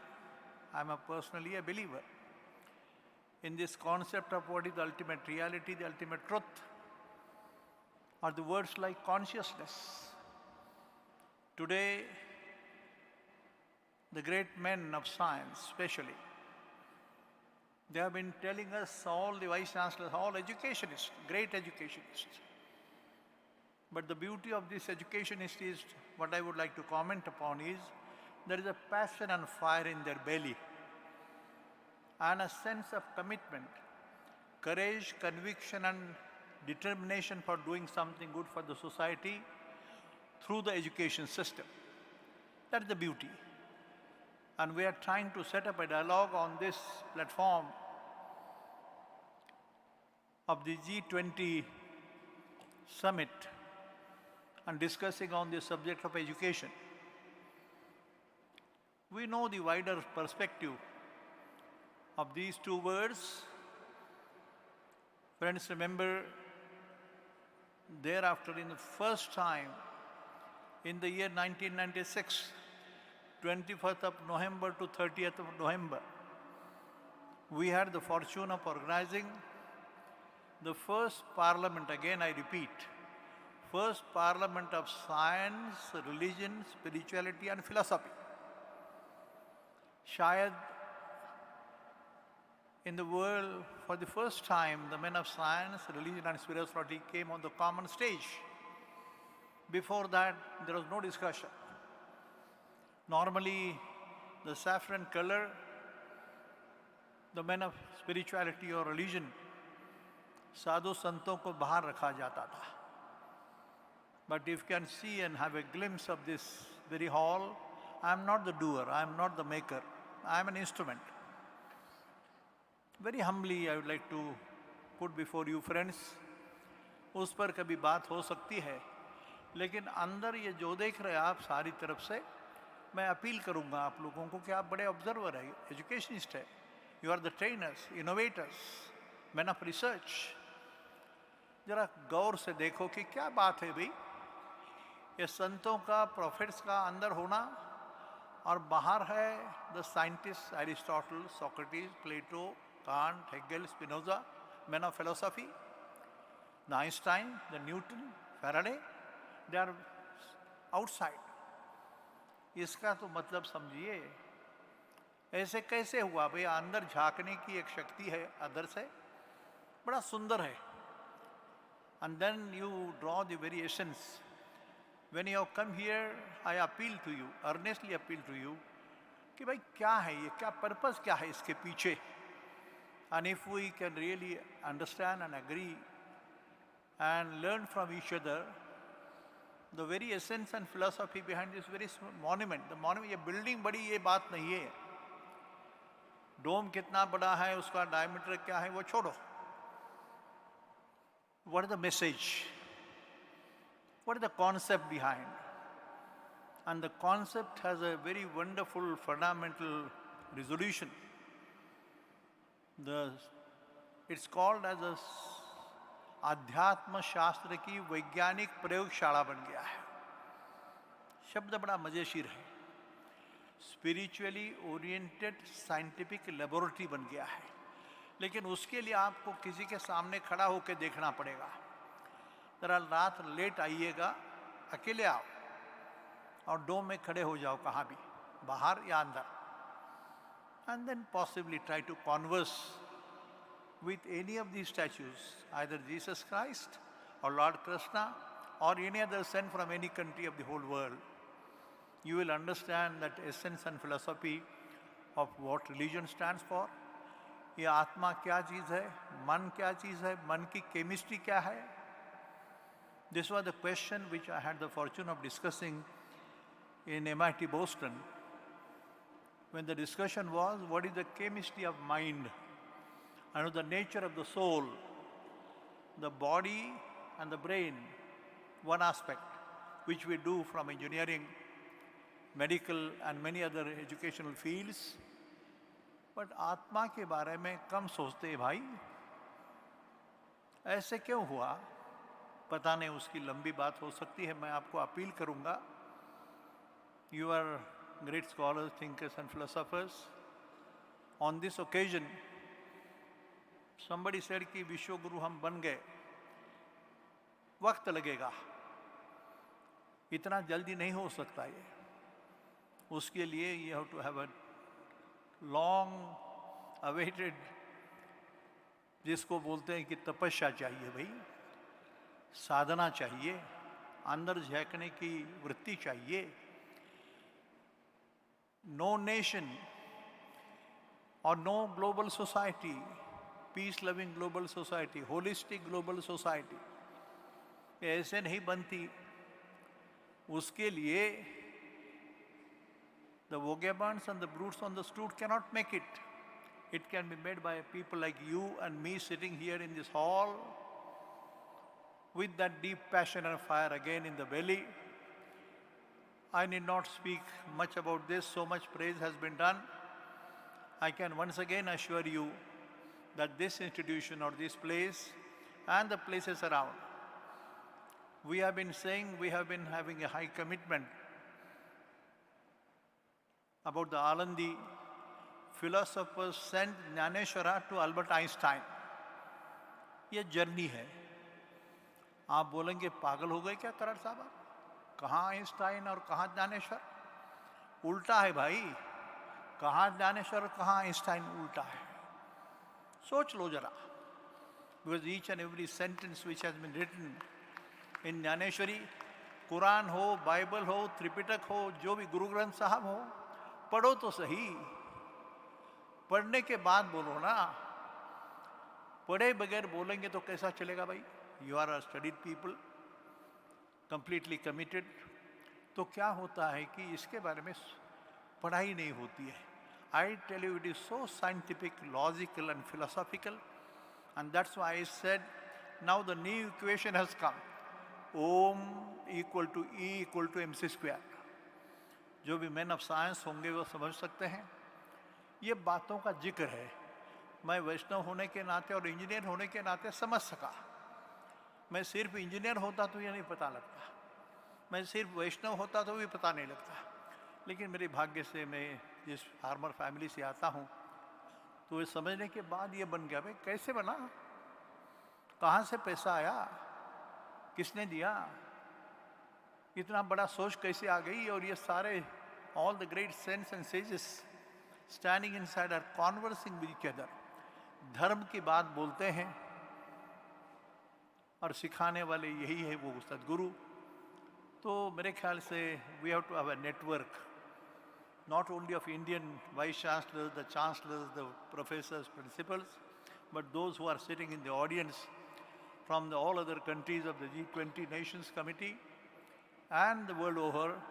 Let's come little closer, understand the mind and the spirit behind, and possibly we may develop what we have been calling as a value-based universal education system. When I say universal, every country has a geography, history, their own culture, own tradition, but the time-tested values, the human values are common.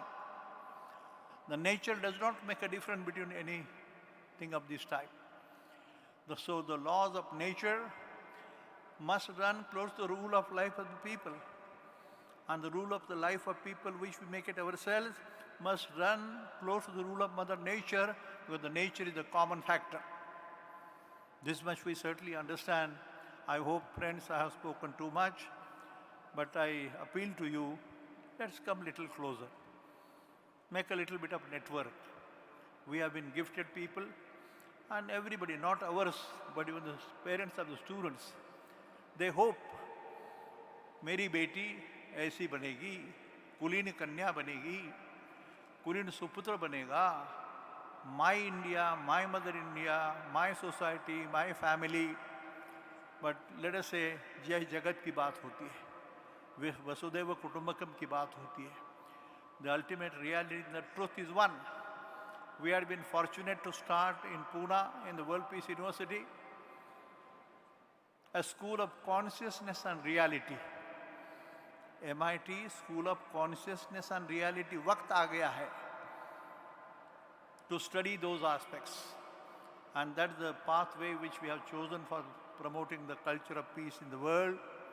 And we are all, as men of education, men of research, and men of innovation, to do some contribution for the cause of well-being of the mankind. Thank you, friends. Honorable Sir, what we can do is all the G20 delegates just touch your feet and ask for the blessings. Thank you on behalf of the G20 Interfaith Summit to Honorable Professor Dr. Karad Sir for enlightening us on his views and experiences. This is something that we call as an experiential learning and makes a pedagogical efforts. Thank you, sir, for these words of wisdom and blessings as usual, and that you keep on benediction to all of us. I now invite the convener of the G20 Interfaith Summit, Professor Dr. Milind Pandey sir, Pro Vice Chancellor of MIT University, to take about the educational pointers from the G20 perspectives. Professor Dr. Milind Pandey sir. Thank you. So while drafting this session in this G20 Interfaith Summit, the major stress, what are those education policies of India and how the other countries can be practiced, what are the takeaways for the other countries. So I would like to request all my speakers, there are certain questions. I request Dr. Datta Dange to be there on that another podium. Dr. Dange, I request you to be on that podium, please. We'll quickly take certain questions, fast questions, and I will be requesting all the Honorable Vice Chancellors, Chancellors and speakers to answer. So, as I said, what implications this NEP in other parts of the world, that is the basic thrust while drafting this particular session in G20 Interfaith Forum. So I will be posing the questions and I request you can please answer, and cordless mics are there. The first important question is what Indian academic leaders see as the major issues in national education policy. My question is very pinpointed. What are the major issues in national education policy? We are not talking about the implementation. In the basic draft itself, what are those challenges? Pillai sir, can I request you to take it first? And maybe if anybody would like to answer before that. So, one of the major challenges I mentioned actually, one of the major challenges is we have, if you just look at the number of universities, number of colleges, and number of other higher education institutions which are not colleges or universities in this country, it is mind-boggling. And we have in the national education policy, it is mentioned that all institutions in the country, all higher education institutions in the country, within 10 years, there will be only 3 types of universities in this country. That is the thing. The research universities, the teaching and research universities, and the teaching universities. But that is, in order to achieve that dream, I think we have to work. I do not know how to work. If we can achieve that dream, it's very good. Because I know that there are several thousands of colleges in this country, because I have traveled. Several thousands of colleges in this country, which have just out of 10% of the several thousand colleges in this country has only one teacher. Some of the colleges has just one teacher and all that. Just 100 students and all that. So how they all can be converted into universities? Even now, there is a distinction with the deemed universities. Nobody in the world knows what is a deemed university. This word is only in India. Somebody will ask, if you go outside the country, somebody will ask, oh, you are not a university, you are a deemed to be university. This question is being asked. So these things also, as academics, we should bring out all these issues. All the points in higher education national policy are good, but when it comes to real implementation, all these things are happening. And then we are thinking about somebody NAC, of course I was also getting NAC. NAC will ask smart classrooms. I was just reading the story of the parrot story by Rabindranath Tagore. There is a famous story. The parrot has given training by inviting very eminent experts and education experts and all that. But the parrot did not have the freedom to get out of the cage. So ultimately the parrot says that what I want is to get out of the cage, out of the structure, and then experience knowledge. This is precisely what is happening in our education system. And probably the challenge is, probably the thing which we have to look into is, we have to strengthen our primary education system in the whole country, strengthen the primary education system. And primary health center, primary health, if you concentrate on basic education, basic primary education and basic health, the society will be automatically empowered. They will ask for education. They will ask for knowledge. They know their entitlement. This is not a revolutionary thinking on that. All over the country, maybe if you just look at this country, all over the world, any society which has concentrated on basic education, basic health, and of course literacy, all these things will come. That society has come out in a very big way. And therefore, all our attempts in the national education policy, the higher education policy should come down to the strengthening of the primary education system and school education system in the country. That is why I started saying that the destiny of even now, India is going to be shaped in the classrooms of the country. Thank you. Therefore, the teacher and the classrooms have to be there in plenty across the country. Thank you. Thank you, sir. Thank you, sir. Any other esteemed member would like to comment? So I would, another aspect is regarding holistic development. Because sir has rightly pointed out that we have to focus on primary education, but at the same time, the holistic development which NEP emphasizes. So holistic development of the student, which I think the vision of our Honorable Vishwanathji Karad also, that holistic development, samagra vikas of each person should be there. Means not only the materialistic but spiritual development, the extracurricular activities, co-curricular activities. So that is the core of this and essence of this national education policy. Thank you. Dr. Sharma. A very quick addition, though Sir has already covered the vast part. I see leaders themselves to be an issue in the education policy.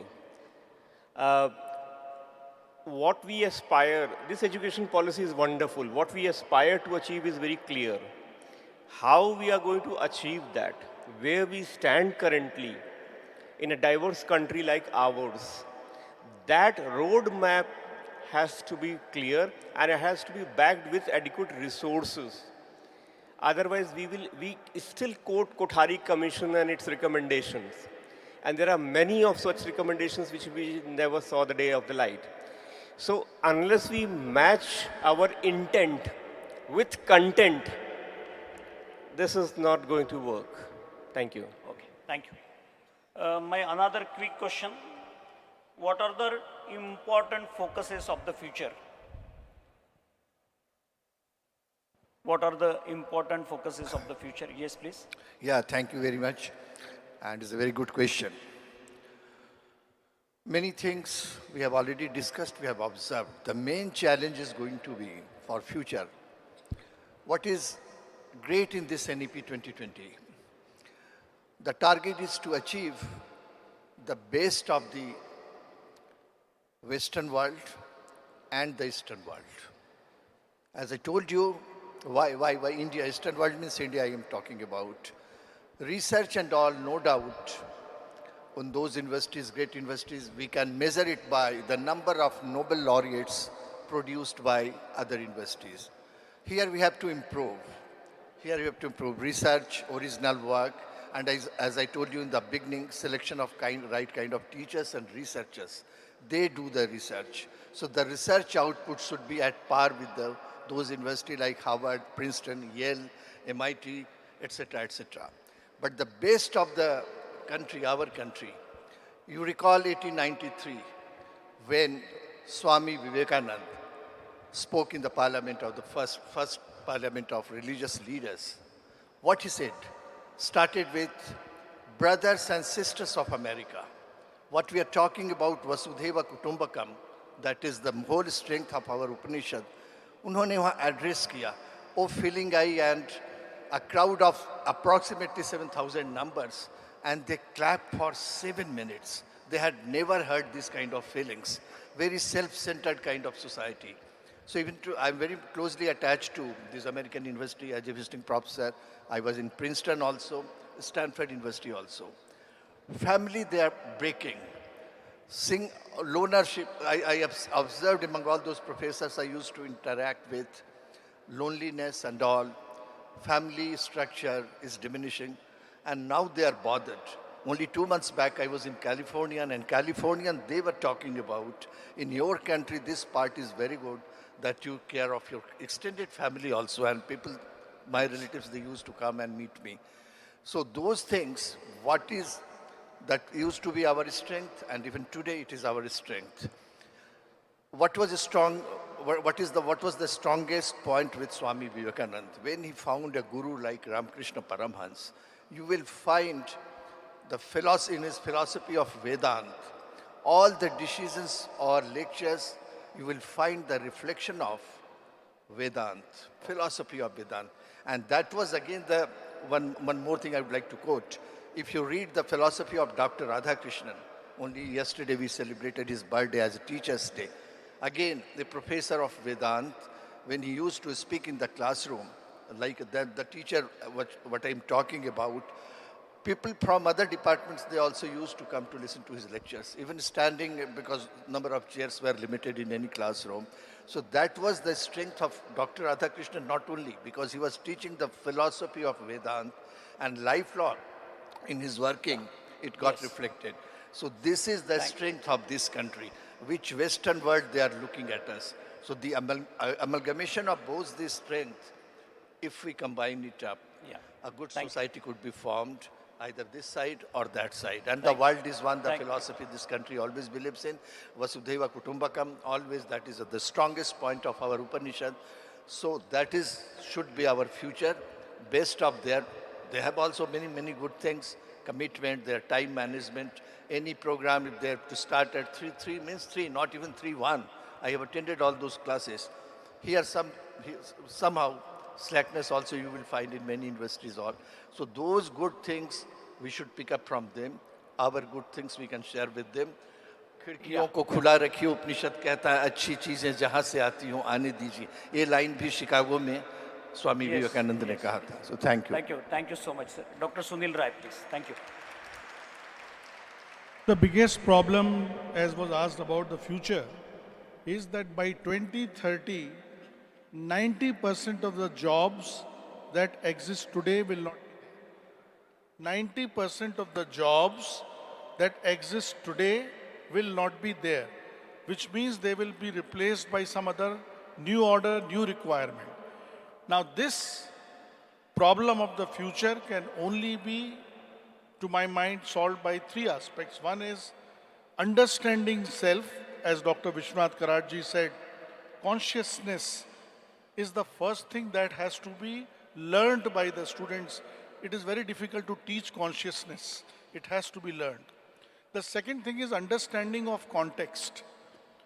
The understanding of context is important because for the same problem, there will be a different solution at a different place at a different time. And therefore, understanding this kind of a solutioning is the second part that we will have to create. The third aspect will be understanding of tools and technology. Same thing can be done by different kinds of tools and technology. So what we are coming to is that we can't hard bind knowledge for our students. It is, a student has to be a self-explorer, has to be somebody who has to understand self, society, world, and therefore the context, and therefore the solution. Thank you. Thank you. Thank you, sir. Anyone else would like to comment or, yeah. So next and important questions I can understand, yeah. I request to please listen it carefully. Are there areas where India is particularly well placed to suggest important types of innovation in educational policy? First is innovation in educational policy, and second, what types of innovation should be encouraged? These are the 2 parts in the question.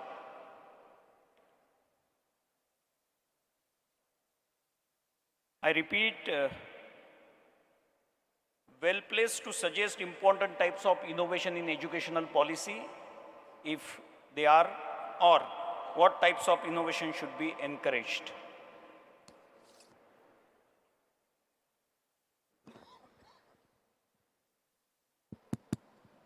I think in, can I? Yes, please. In this national education policy, what I precisely find innovative is to promote a traditional knowledge. And that traditional knowledge should be given in the form of a skill and where the employability can be generated. So this is really something new has been introduced. Oh, great. Anyone else? And then I will take a last question. I'll just add to what was said is that India is better placed today through our ancient wisdom, Indian knowledge system, to bring that comprehensiveness of understanding in the students. Right? There had been systems which had been talking about trying to understand comprehensively of a situation. I think India is best placed through our Indian knowledge system, and that should be promoted. Yeah. Now, the very important questions, what are the takeaways for the other countries from this NEP? The question framed like this: are there traditional areas of education in India that could provide attractive educational patterns for others? Practicing the educational patterns for the other countries, many times we spoke about the IKS, Indian knowledge system, yoga, meditation, and so many things we are learning. But Specifically, would you like to suggest what are those best educational patterns those other countries can take it from our national education policy?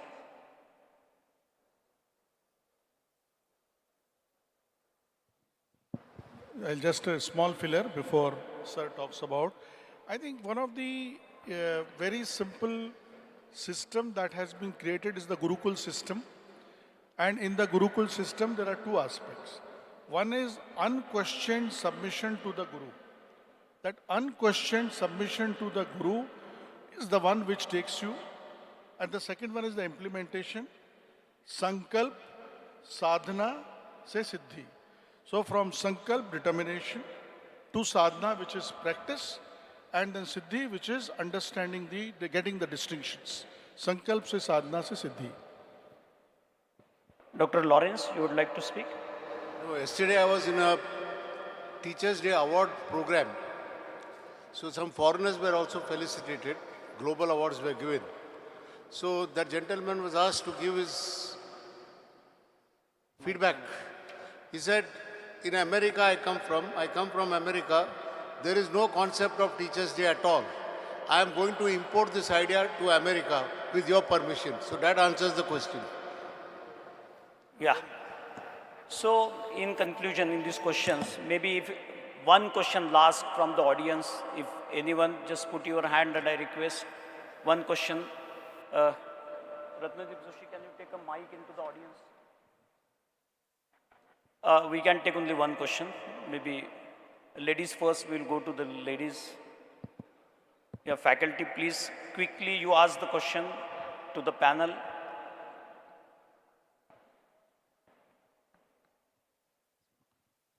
Very pinpointed question, please. Humbly, I want to ask on this background, what about the brain drain? Every 10 students are running in the foreign universities today. Please repeat the question. Every single student out of the 100 is running to the foreign universities for get the education, whether it is undergraduate, bachelor or master's education. To different countries like USA, UK, Australia. Pillai sir would like to answer. Preferably from India. Sunil Rai sir first. Amplify on it. But I think what we need to inculcate as teachers is esteem, Atma Samman. When you inculcate that esteem, there is no need for people to run away. There are enough opportunities. Now we are the 5th largest economy. Next 5 years going to be the 3rd largest economy. The world will come to us, we will not go to the world. ये चेतना जगानी है हमको हमारे बच्चों में, because this is the best youth in the world and we have to tell them so.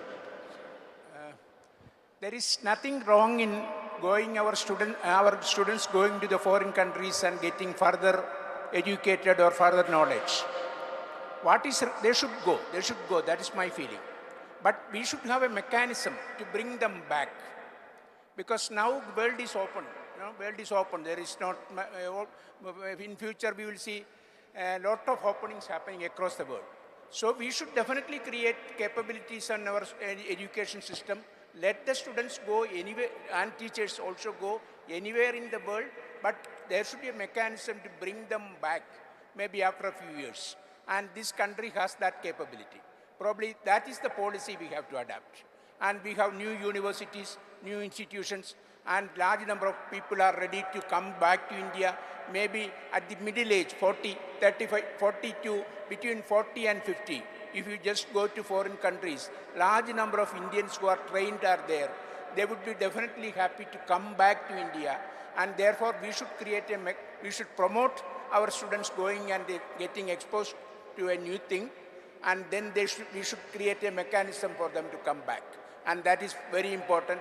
And of course, the new education policy also says that the professor of practice, sharing of content from foreign universities. So I don't see anything wrong in it because we have a great population. Let our students go and excel in other universities also. Ultimately, the name will be ours. Yes, very quickly and direct last question for this session. So my quick question will be, as the time change, the policy need upgrade in a basic draft or maybe in implementation. So how our policy is like flexible for the amendments, and how the role of think tanks while the implementation of the policy will be take place. So, thanks for asking this question. I was having an interaction with Finnish delegation, and they came up with a very interesting concept. They said in our country we don't create curriculum, we don't create policy, we create practice manual. So as a result, this policy which has created a framework, how we are going to implement and keep abreast with the times and the challenges, that's the road we will have to take, and maybe every few years look inward how far we have achieved and what needs to be done. That's the kind of roadmap that would be required. Yeah, thank you so much, and a big round of applause for this wonderful discussion and very, very enriching discussion. Let me put it in this way. Honorable Prime Minister Narendra Modi, he said 5 T's are required to build the brand India. And he said talent, tradition, trade, tourism, and technology. Further, he said IT plus IT is equal to IT. Innovative technologies plus Indian talent is equal to India tomorrow. We spoke about the India power, India to be the Vishwaguru, but for these innovative technologies has to be imbibed into the mindset of the students. That is the most important. And when we spoke about the Indian knowledge system, Swami Vivekananda very categorically said, man making and character building is the purpose of education, and expansion of mind and expansion of the heart is the motto of education. This is what he said. And most important, he said, we want that education, what educational policy. We want that education by which character is formed, strength of mind is increased, intellect is expanded, by which one can stand on one's own feet, and that is what nothing but the stand-up India and start-up India. So I would like to conclude this. He said 4 A's again important: spirit, consciousness. First is spirit, strength, skill, and stamina, and that's why this yoga, meditation, and all things are required. So thank you so much for enlightening all of us through this very, very vibrant panel discussion on India's perspective on national education policy. Thank you so much. Dr. Dange, over to you. Hello. Very good evening to all. Do not be worried, it's like not another half an hour of question and answer session coming from this part of the dais. I was Dean Academics during implementation of NEP 2020 at MIT WPU. So I was asked to prepare some questions from implementation point of view, which I am not going to ask, okay? Because when I heard Karad sir's speech, he raised very important questions, and most of the questions he answered himself. So Karad sir's question was the end of question and answer session for me. I am just ending this question and answer session on a very proud note, with your permission. When it comes to NEP 2020, two first come to credit of MIT WPU. As all the panelists know, most of our directives came in May 23, April 23, and June 23. They were directives of state government for NEP implementation. To our credit, and all thanks to dynamic leadership of our Rahul Karad sir, Executive President, our academic ordinance with 99% compliance NEP was passed in December 2022, not 23. So that is the first coming to MIT. And thanks to Karad sir, NEP was implemented even before it was announced in 2020. So that is another great spirit. We have been implementing it since MIT was founded. So all peace and yoga courses, mixing of union of religion and science, While listening to Karat sir, I felt that, sir, we should study Dhaneshwaran and Tukaram from NEP 2020 point of view and how they saw NEP 2020 long back. Just one small instance. Now they are talking about language instruction in mother tongue. Dhaneshwari was the first exercise of knowledge in mother tongue. Was it not the case? It's the first exercise. Not only that, Karat sir keeps quoting from Dhaneshwari and Tukaram about how engineering activities can also be done for the human welfare. We will not dwell on that over here. I will end this question and answer session over here and hand it over to the coordinator for proceedings. All right. Yeah. Thank you. Thank you, Professor Dange sir, for the enlightenment and shaping up the NEP-based curriculum at MIT World Peace University, and I'm sure we are the role models. MIT, since its inception, has been the role model for all of us, and under this G20 summit, I am sure that the leadership continues.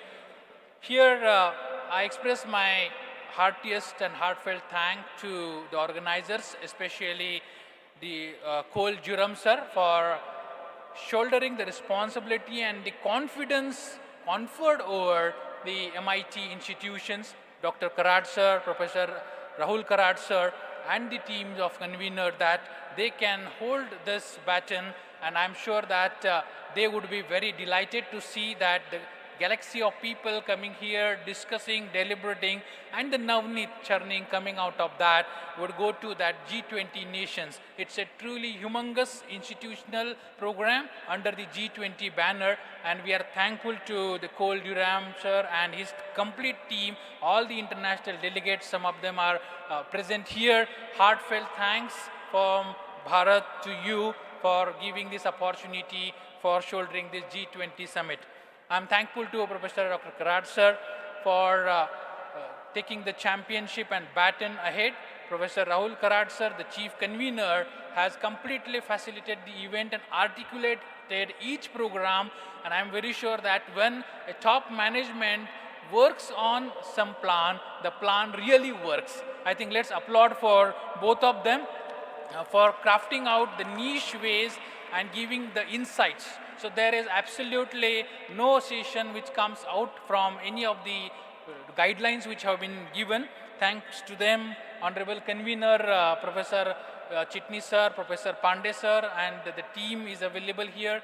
All our Honorable Registrar sir, and the faculty members who worked day and night for the sessions here to make them successful, and honorable dignitaries present here for enlightening us on the perspectives of the national education policy, particularly the media. I hope all of you are following and have been visiting the media pages, right? If not, please visit the YouTube channel. We are telecasting this live. This is the G20 Interfaith Summit, my dear fellows. Very fantastic opportunity shouldered to us. Let us cherish it, those memories. Let us make it very memorable for all of us. So thank you. Thanks to the media team for giving wide coverage, electronic and print media. And I'm sure that you will continue leveraging that love for the next day also, along with today's coverage. Tomorrow we will be meeting at 9 a.m. where there would be the plenary sessions, and Honorable Cole Juram sir, who would be giving us the recaps of the session, and welcome for tomorrow's different sessions, which would be talking on the 4 C's: COVID, climate, conflict, and children. So I extend warm welcome on behalf of the G20 Interfaith Summit to all of you. The same fashion, please do be here at 9 a.m. sharp tomorrow, so that we understand from the flag championships, understanding on the different aspects of the Interfaith Summit. Thank you for being here. Let's applaud for everyone, you and me, for the patience and perseverance exhibited. And I request the dais to be at the front one, where we will have a photograph. I request Honorable Executive President, Professor Rahul Karat sir, to join. Honorable Shri Chodia sir is also present here. I request him, all the international delegates, please join all of us here. Let's summit here. I request all the delegates to be at their own places. Please stay here for next 3 important minutes, because these memories would be the cherishable memories for all of us, the G20 Summit.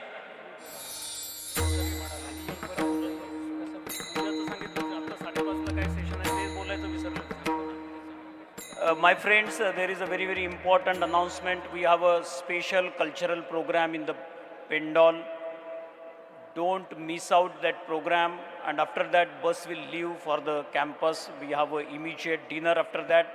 A 45 minutes program, cultural program in the Pendal. I request every one of you to please join in the Pendal for a very, very fantastic cultural program, specially arranged for international delegates, all the delegates, all my students, dean directors.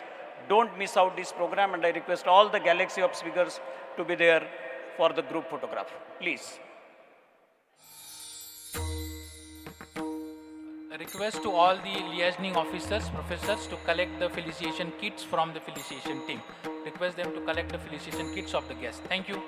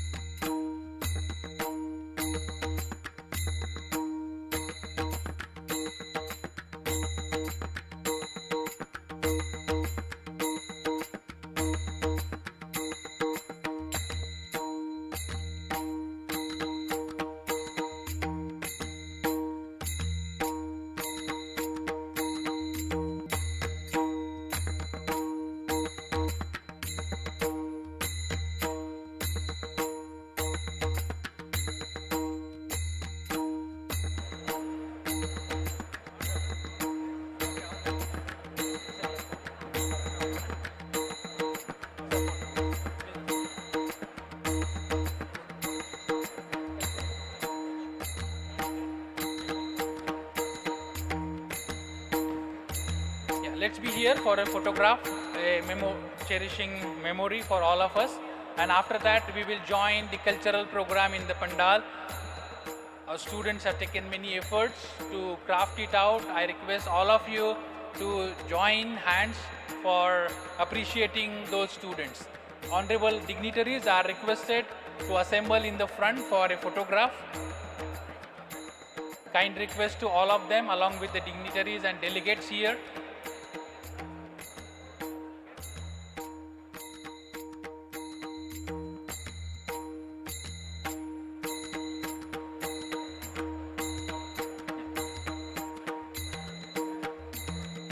Please assemble in the front for a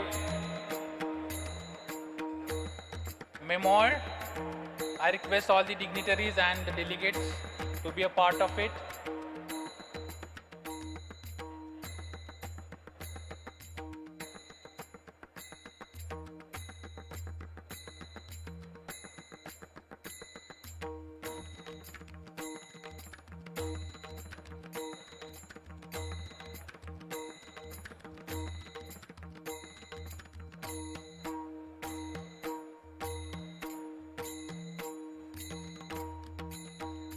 I request all the dignitaries to assemble for a group memoir. Delegates, please assemble near the guests so that we all be a part of this momentous cherishing memory. All of us would cherish it for life. This is G20 Summit, Interfaith Summit. We understand the value of it.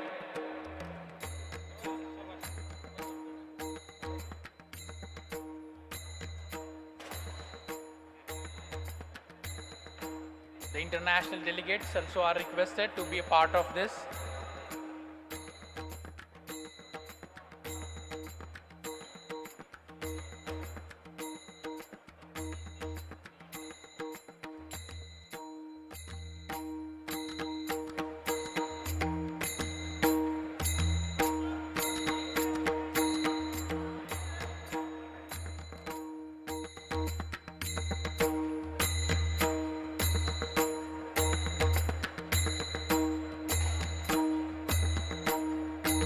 Thank you. Thanks a lot, honorable dignitaries and the delegates.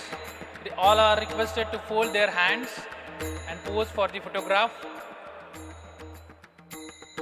Bharatiya Namaste.